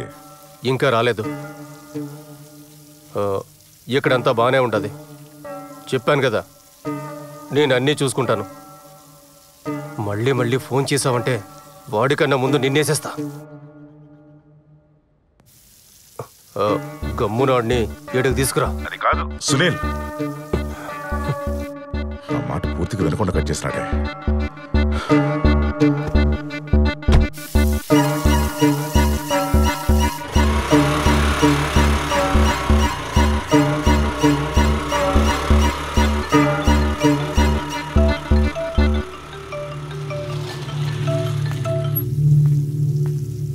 ఏం దస్తగిరి, ఫోన్ చేస్తా ఉంటే తీయడం లేదేందబ్బా? అన్నా డ్రైవింగ్లో ఉన్నానన్నా, టెన్షన్ అవుతా ఉంది. టెన్షన్ దేనికబ్బా? ఇంతకీ తెచ్చినావా లేదా? తెచ్చినానన్నా, బండిలో ఉండాది. సరే తొందరగా రా, పోయి మంత తాగుదాం. సరే అన్నా, వస్తాను. వీడేంటి ఇక్కడ? మళ్ళీ ఏ ఇంటి చుట్టే తిరుగుతూ ఉంటాడు? మొన్న వచ్చినప్పుడు కుక్క చచ్చిపోయింది. వీళ్ళంతా మళ్ళీ తిరుగుతున్నారంటే ఇంకేం ఘోరం జరగబోతాండాదో. ఈ విషయం అయ్యగారికి చెప్పాలి. ఆయన్ని ఎలాగైనా ఒప్పించి హైదరాబాద్కి పంపించాలి. అంత రెడీగా ఉండదన్నా, ఆ వివేక్ రావడమే ఆలస్యం.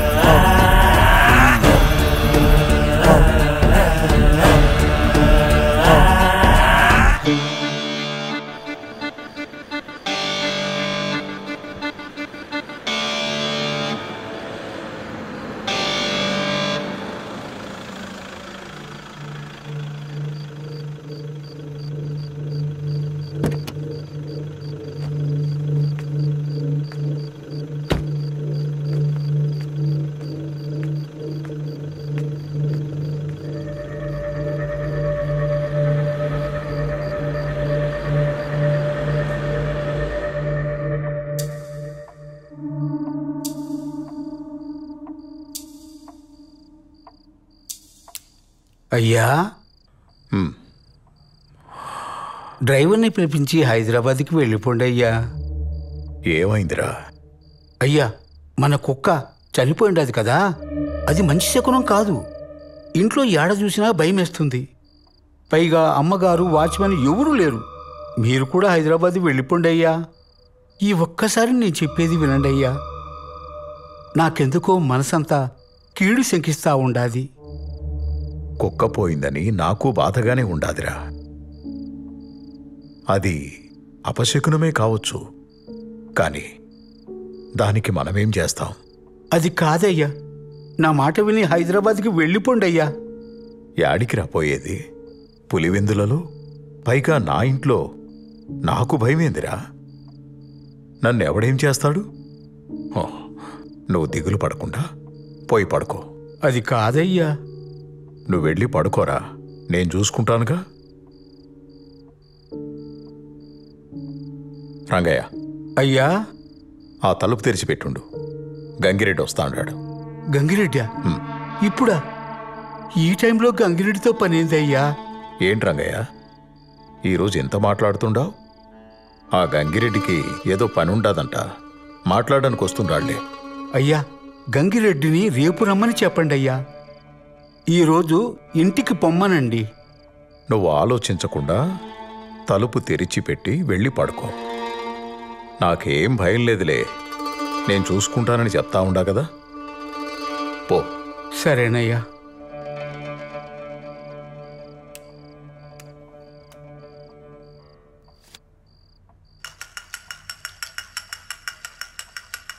ఏందన్నా ఇప్పుడే వచ్చినారా?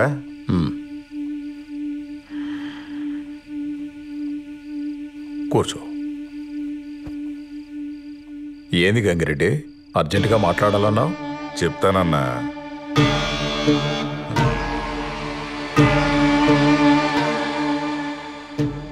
ఆ టైం కూడా వచ్చుండాది. దేని గురించి మాట్లాడాలి గంగిరెడ్డి? మీ గురించే బాధపడతాండన్నా. నా గురించా? నా గురించి ఎందుకు రెడ్డి? పాపం, ఇంట్లో నువ్వు ఒక్కడివే ఉండవు, కనీసం సెక్యూరిటీ కూడా పెట్టుకోలేదే. కాస్త జాగ్రత్తగా ఉండబాళ్ళా? ఎప్పుడేం జరుగుతుందో చెప్పలేం కదన్నా. నాకు సెక్యూరిటీ దేనికి రెడ్డి? నాకు ఆపద తలపెట్టే ధైర్యం ఎవడుకుండాది పులివెందుల్లో. అది కరెక్టే అన్న. మీరు పొద్దున్నుంచి క్యాంపెయిన్ చేసి అలసిపోయి ఉంటారు. మీరు పోయి స్నానం అది చేసి రండి. నేను ఏడ్నే ఉంటాను, తర్వాత మాట్లాడుకుందాం. సరే, ఏడ్నే ఉండు, వస్తాను.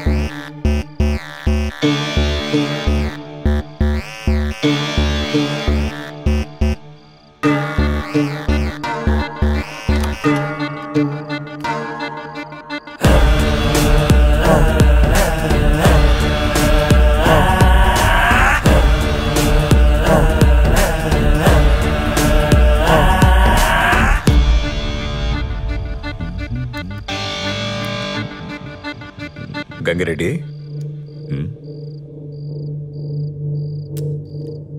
ఈ టైంలో వీళ్ళేంటి ఇక్కడ? అదేనా, ఆ బెంగళూరు సెటిల్మెంట్ గురించి మాట్లాడదామని వచ్చుంటారులే. మీరే కంగారు పడకండి అన్నా, అంతా నేను చెప్తాలే కానీ మీరు వచ్చి కూర్చోండి అన్నా. ఆ సెటిల్మెంట్ పంచాయతీ ఎప్పుడూ అయిపోయింది కదా.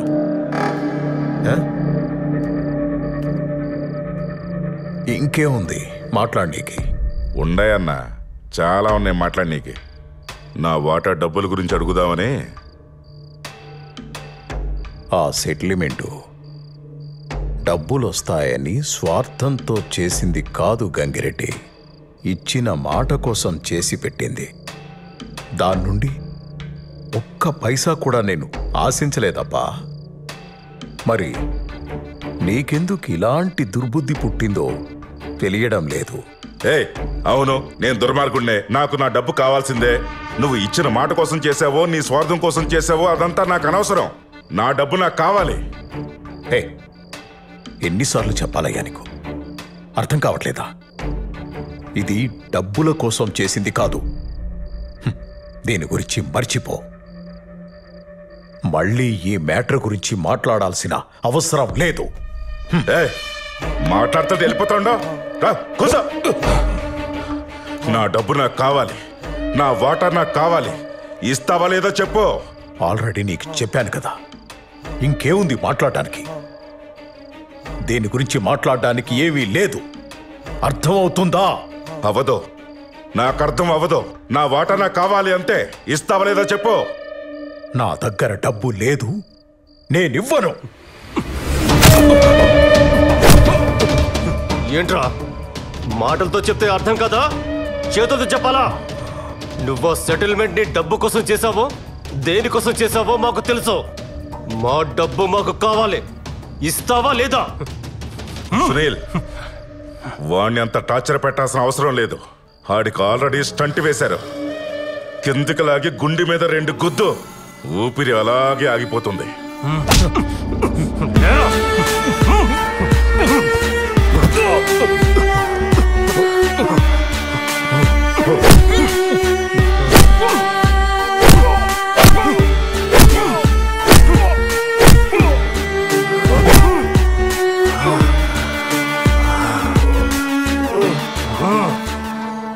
గొడ్డలివరా?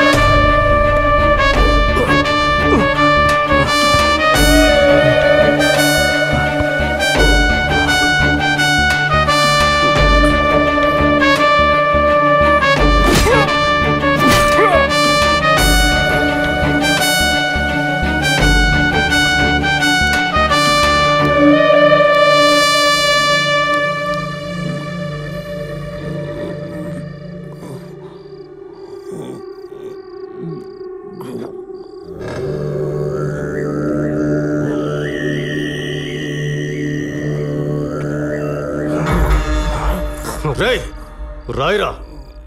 మేం చెప్పినట్టు లెటర్ రాయ్. రాయమంటుంటే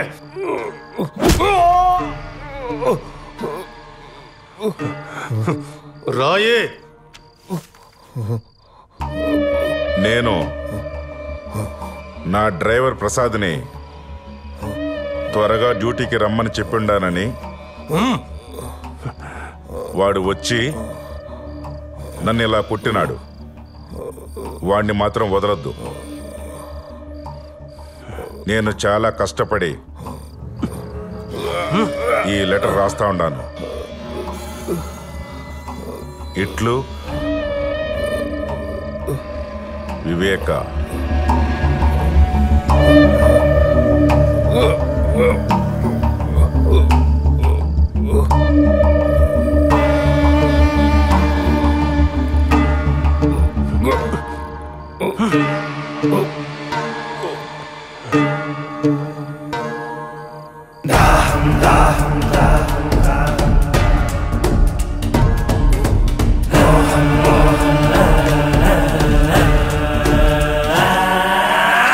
దాహం దాహం అధికార దాహం,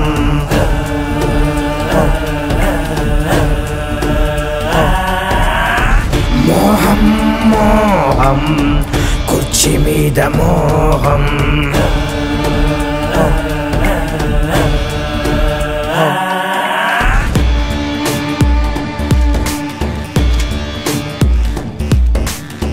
మరిచింది రక్త సంబంధం, ఆరింది పులివెందుల దీపం, పెరిగింది క్రోధం, ఇది జగన్నాథ వ్యూహం, ఇది బయటకి రాని చక్ర వ్యూహం.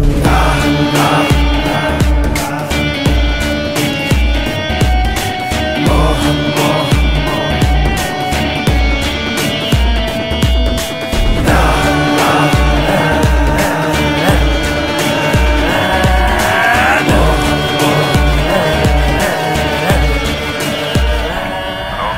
గంగిరెడ్డి, మనకు కావాల్సిందేమైనా దొరికిందా?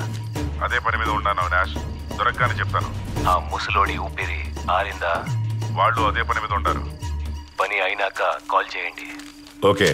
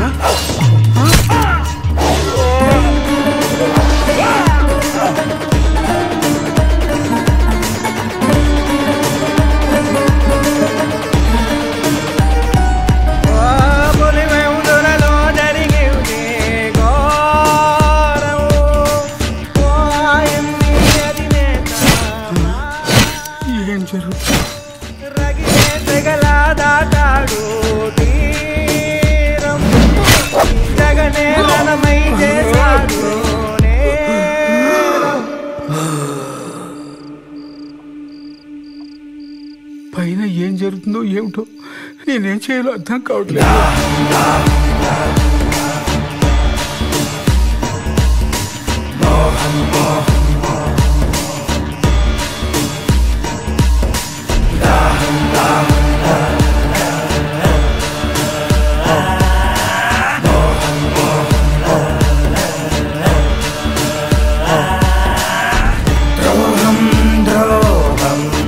విశ్వాసద్రోహం మదనం మదనం తెర వెనక మరణం.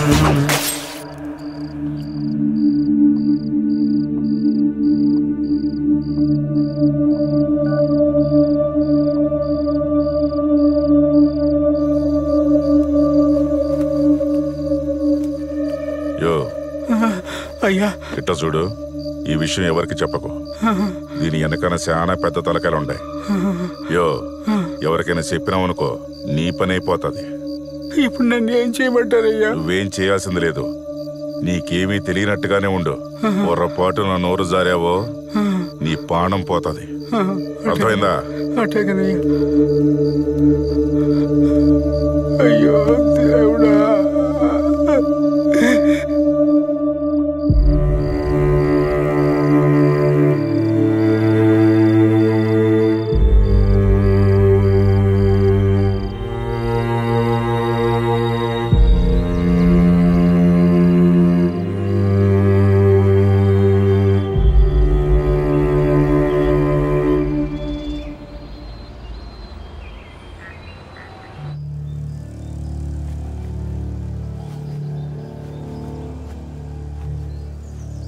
ఏంటి సార్ ఇది? ప్రొసీజర్ ఫాలో చేయట్లేదు. ఇలా అయితే ఎవిడెన్స్ మొత్తం పాడైపోతుంది. ఇప్పుడు క్లీన్ చేయొద్దు సార్, ప్రొసీజర్ ఫాలో అవుదాం.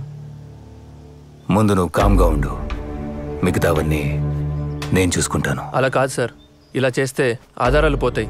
దయచేసి నా మాట వినండి.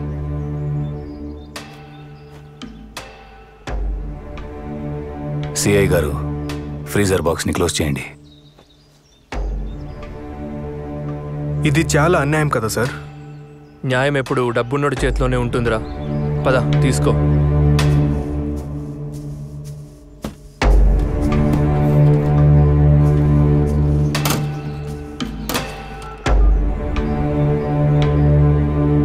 అన్నా, బాబాయ్కి హార్ట్ అటాక్ అయింది. బాత్రూంలో పడి తల తగిలి రక్తం పోయి చనిపోయాడని సునీతకు అప్డేట్ చేశాం. అన్నా, ఇక్కడంతా సేఫ్. బాడీ మొత్తం పూలతో కప్పేసి స్టిచ్చింగ్ చేసేసాం. ఫ్రీజర్ కూడా తెప్పించుండాం. నువ్వు తొందరగా వస్తే క్రిమేషన్ చేయించిద్దాం. నాకీడ చిన్న పనుండది, చూసుకుని బయలుదేరుతాను. సరే అన్నా. ఈ లోపు నువ్వు అక్కడంతా జాగ్రత్తగా చూసుకో.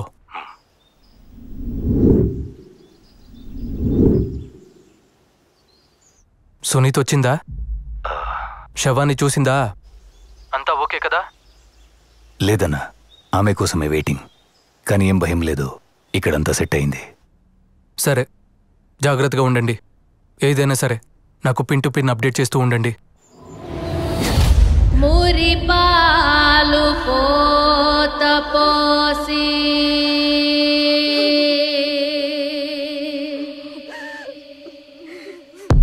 కనుపా. సరే అన్నా, సునీత వచ్చింది. నేను మళ్ళీ ఫోన్ చేస్తాను.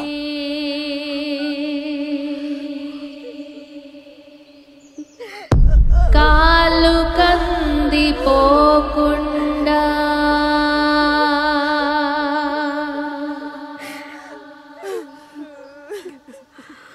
నీడలాగా కాసినావు.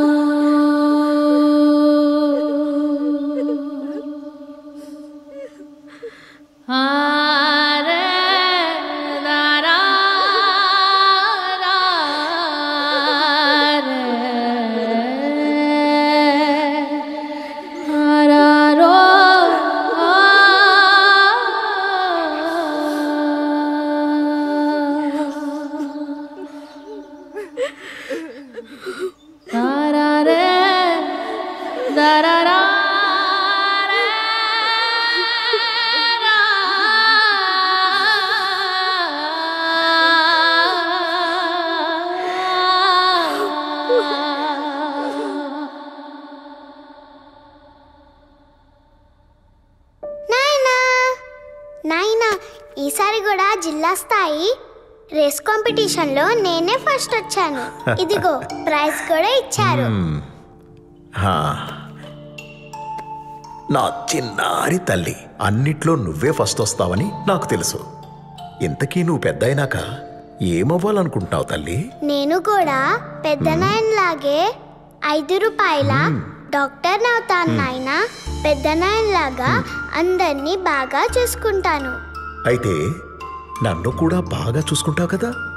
నిన్నైతే పక్కనే ఉండి బాగా చూసుకుంటా నాయనా. నేను పక్కనుండుంటే ఇదంతా జరుగుండేది కాదు కదా నాయన.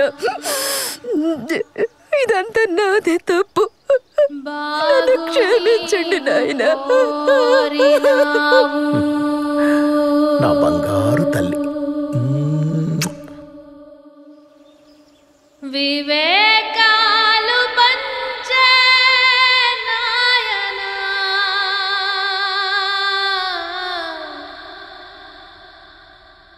ఎవడి కన్ను కుట్టెను నీ పైన. అవినాష్, దీన్ని కొంచెం ఓపెన్ చేస్తారా? అక్క, దీన్ని ఓపెన్ చేస్తే బాడీ డీకంపోజ్ అయ్యి స్మెల్ వస్తుందేమో. అది నాకు తెలుసు. నేను కూడా డాక్టర్నే. ఓపెన్ చేయించు.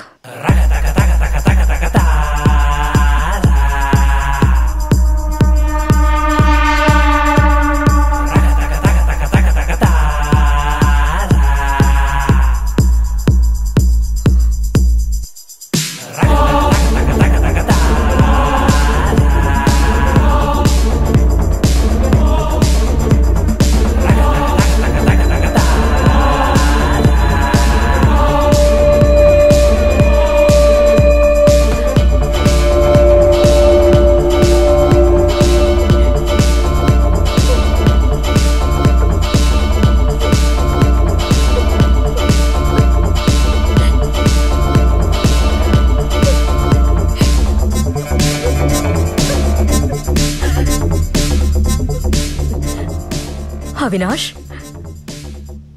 నాయన బాడీని పోస్ట్ మార్టంకి పంపించు.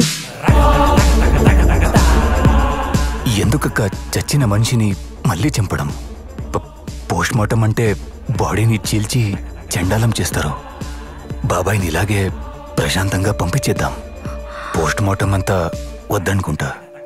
అవినాష్, చెప్పింది చెయ్యి.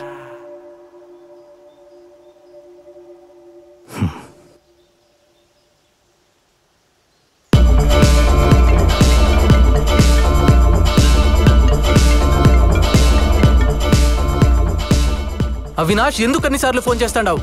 నేను చెప్పాను కదా, నాకు కొంచెం పని ఉండాది, చూసుకొని వస్తానని. అది కాదన్నా, సునీత పోస్ట్ మార్టం చేయాలంటుంది. కేసు ఫైల్ చేపిస్తోంది. ఏం చేయాలో తెలియట్లేదు.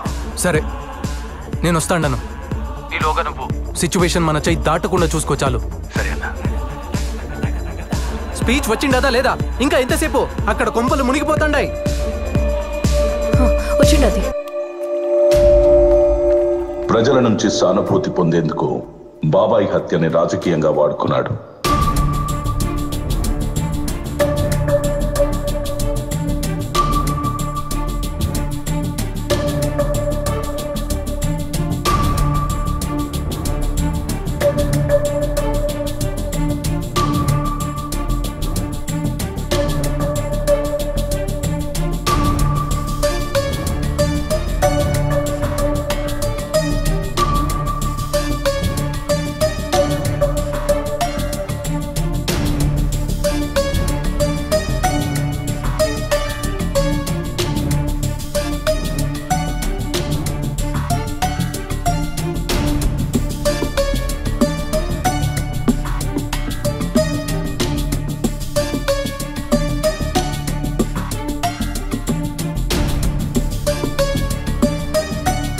చిన్నాన్న మీద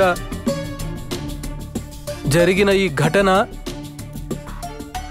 నిజంగా అత్యంత దారుణమైన,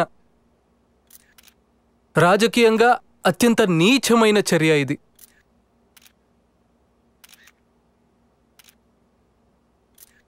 ఒక వ్యక్తిని, ఒక ఎక్స్ ఎంపీ, 30 సంవత్సరాల సుదీర్ఘ రాజకీయ చరిత్ర కలిగిన, సౌమ్యుడిగా పేరు పొందిన ఒక ఎక్స్ ఎంపీని అతి కిరాతకంగా ఇంట్లోకి చొరబడి చిన్నానను బెడ్రూమ్లో బెడ్ పక్కన గొడ్డలితో నరకడం జరిగింది. జరిగిన తర్వాత తల మీదే దాదాపుగా 5 సార్లు గొడ్డలితో నరికారు. నరికిన తర్వాత తాను బాత్రూంకు వెళ్ళి బాత్రూంలో రక్తం కక్కుకుని బాత్రూంలో, ఆ తర్వాత బెడ్రూమ్ నుంచి బెడ్ పక్క నుంచి బాత్రూమ్ దాకా తీసుకుపోయారు. బాత్రూంలో తను రక్తం పూసినారు. కమోడ్కు తను కొట్టుకుని కిందపడి చనిపోయినట్టుగా చిత్రీకరించే కార్యక్రమం జరిగింది. మరి నేను అడుగుతా ఉన్నాను, ఇంత పగడ్బందీగా చిన్నానను బెడ్రూమ్లో బెడ్ పక్కన అటాక్ చేసి అదే మనిషిని ఎత్తుకుని పోయి బాత్రూంలో మళ్ళీ ఆ యాక్ట్ని ఎనాక్ట్ చేసి కమోరుడుకు రక్తాన్ని కూడా చూపిస్తూ ఇంత పగడ్బందీగా ఆయన స్పృహ తప్పి పడిపోయే క్రమంలో తాను చనిపోయినట్టుగా ఫ్యాబ్రికేట్ చేసి చూపిస్తా ఉన్నప్పుడు చిన్నాన how can he write a letter? అంటే ఏంటి, వాళ్ళ సమక్షంలోనే తాను ఆ లెటర్ రాస్తాడా? అంటే తన సమక్షంలో వాళ్ళు రక్తంతో కూడిన లెటర్ రాయగలుగుతాడా? తన సమక్షంలో వాళ్ళు చంపించే హంతకుల సమక్షంలోనే తాను లెటర్ రాస్తూ ఉంటే ఆ హంతకులు చూస్తూ ఊరుకుంటారా? అంటే దాని అర్థం ఏంటి అనంటే ఆ లెటర్ కూడా ఫ్యాబ్రికేటెడ్ లెటరేని. ఒక లెటర్ని కూడా ఫ్యాబ్రికేట్ చేసి పోలీసులు చూపిస్తున్నారు అనంటే, ఒక డ్రైవర్ మీద నేరాన్ని నెడుతూ ఒక పోలీసులు ఒక ఫ్యాబ్రికేటెడ్ లెటర్ని కూడా చూపిస్తున్నారు అనంటే టోటల్గా ఈ వ్యవహారం అంతా కాన్స్పిరసీ తీరు నుంచి పక్కకు పోయి ఒక ఎక్స్ ఎంపీని అత్యంత దారుణంగా చంపారన్న విషయం మీద నుంచి పక్కకు పోయి ఒక సౌమ్యుణ్ణి అన్యాయంగా చంపినారన్న అంశం మీద నుంచి పక్కకు పోయి టోటల్గా ఈ విషయాన్ని వేరే పద్ధతులకి తీసుకెళ్లే కార్యక్రమం దగ్గరుండి జరుగుతూ ఉంది అక్కడ. అందుకనే నేను గట్టిగా డిమాండ్ చేస్తా ఉన్నాను, we want a CBI enquiry. ఆ రోజుల్లో నాన్న ప్రతిపక్ష నాయకుడిగా ఉన్నప్పుడు రాజారెడ్డిగా అబ్బన్ చంపినప్పుడు చంద్రబాబు నాయుడే, నాన్నగారు ప్రతిపక్షంలో ఉన్నప్పుడు రాజారెడ్డిగా అబ్బన్ చంపినప్పుడు చంద్రబాబు నాయుడే, మళ్ళా నాన్నగారు హెలికాప్టర్ క్రాష్ లో చనిపోయినప్పుడు అసెంబ్లీలో అన్న మాటలు చంద్రబాబు నాయుడు గారే, నాన్నగారు హెలికాప్టర్ క్రాష్ లో చనిపోయినప్పుడు అసెంబ్లీలో అన్న మాటలు చంద్రబాబు నాయుడు గారే, నా మీద దాడి జరిగినప్పుడు చంద్రబాబు నాయుడు గారే ముఖ్యమంత్రిగా ఉన్న వ్యక్తి, నా మీద దాడి జరిగినప్పుడు చంద్రబాబు నాయుడు గారే ముఖ్యమంత్రిగా ఉన్న వ్యక్తి. ఇవాళ చిన్నాయన మీద దాడి జరిగిన నేపథ్యంలో ముఖ్యమంత్రిగా ఉన్న వ్యక్తి మళ్ళీ చంద్రబాబు నాయుడే. మళ్ళీ ఇవాళ చిన్నాయన మీద దాడి జరిగిన నేపథ్యంలో ముఖ్యమంత్రిగా ఉన్న వ్యక్తి మళ్ళీ చంద్రబాబు నాయుడు గారే. ఇలా ఎటు చూసినా కూడా కాన్స్పిరసీ తీరే కనిపిస్తా ఉంది. అందుకనే మేము గట్టిగా డిమాండ్ చేస్తా ఉన్నాము, we want a CBI enquiry. CBI enquiry చేయిస్తేనే ఈ రాష్ట్ర ప్రభుత్వ అధికారులు చంద్రబాబు నాయుడు గారికి రిపోర్ట్ చేసే పరిస్థితి నుంచి పక్కకు పోయి, ఎప్పుడైతే రాష్ట్ర ప్రభుత్వ అధికారులు ఎంక్వైరీని చంద్రబాబు నాయుడు గారికి రిపోర్ట్ చేయని పరిస్థితి ఏర్పడుతుందో అప్పుడే ఖచ్చితంగా న్యాయం అనేది జరుగుతుంది. ఎక్కడ చూసినా కూడా కాన్స్పిరసీ థియరీ కనిపిస్తా ఉంది. సిబిఐ ఎంక్వైరీ చేస్తేనే రాష్ట్ర ప్రభుత్వం అధికారుల చేతిలో నుంచి ఈ ఎంక్వైరీ చంద్రబాబు నాయుడు గారికి రిపోర్ట్ చేసే పరిస్థితి నుంచి బయటికి పోయి, ఎప్పుడైతే చంద్రబాబు నాయుడు గారికి రిపోర్ట్ చేసే పరిస్థితి నుంచి ఇండిపెండెంట్ గా ఎంక్వైరీ చేసే పరిస్థితి ఎప్పుడైతే వస్తుందో అప్పుడే న్యాయం అనేది ఖచ్చితంగా జరుగుతుంది. సో అందుకనే నిజాలు బయటికి రావాలి, చేసిన వాళ్ళు ఎవరైనా కూడా వాళ్ళ మూలాలు తెలియాలి. అందుకనే we demanding a CBI enquiry. ఈ CBI enquiry కోసం we will represent to everybody whomsoever needs to be represented. So we are demanding a CBI enquiry. ఈ CBI enquiry కోసం we will represent to everybody whomsoever needs to be represented.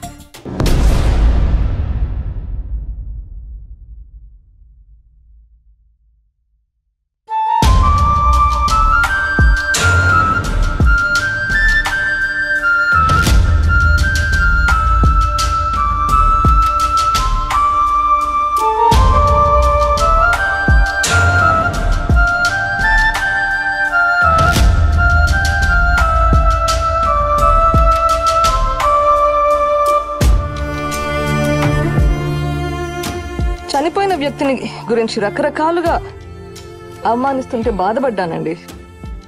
కూతురిగా మరింత కుంగించినాను. ఒక పెద్ద family మీద ఇన్ని మచ్చలు ఆరోపణలు వస్తుంటే తట్టుకోవడం ఎవరికైనా కష్టం. ఫేర్గా విచారణ జరగాలి.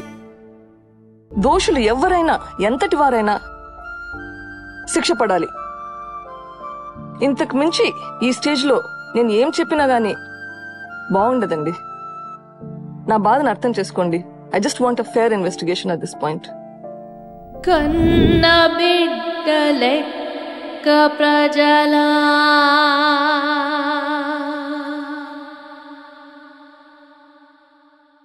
బాగు నీవు కోరినావు,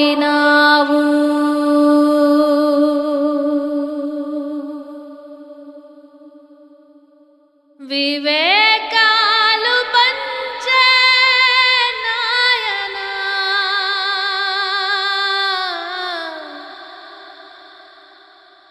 ఎవడి కన్ను కుట్టెను నీ పైన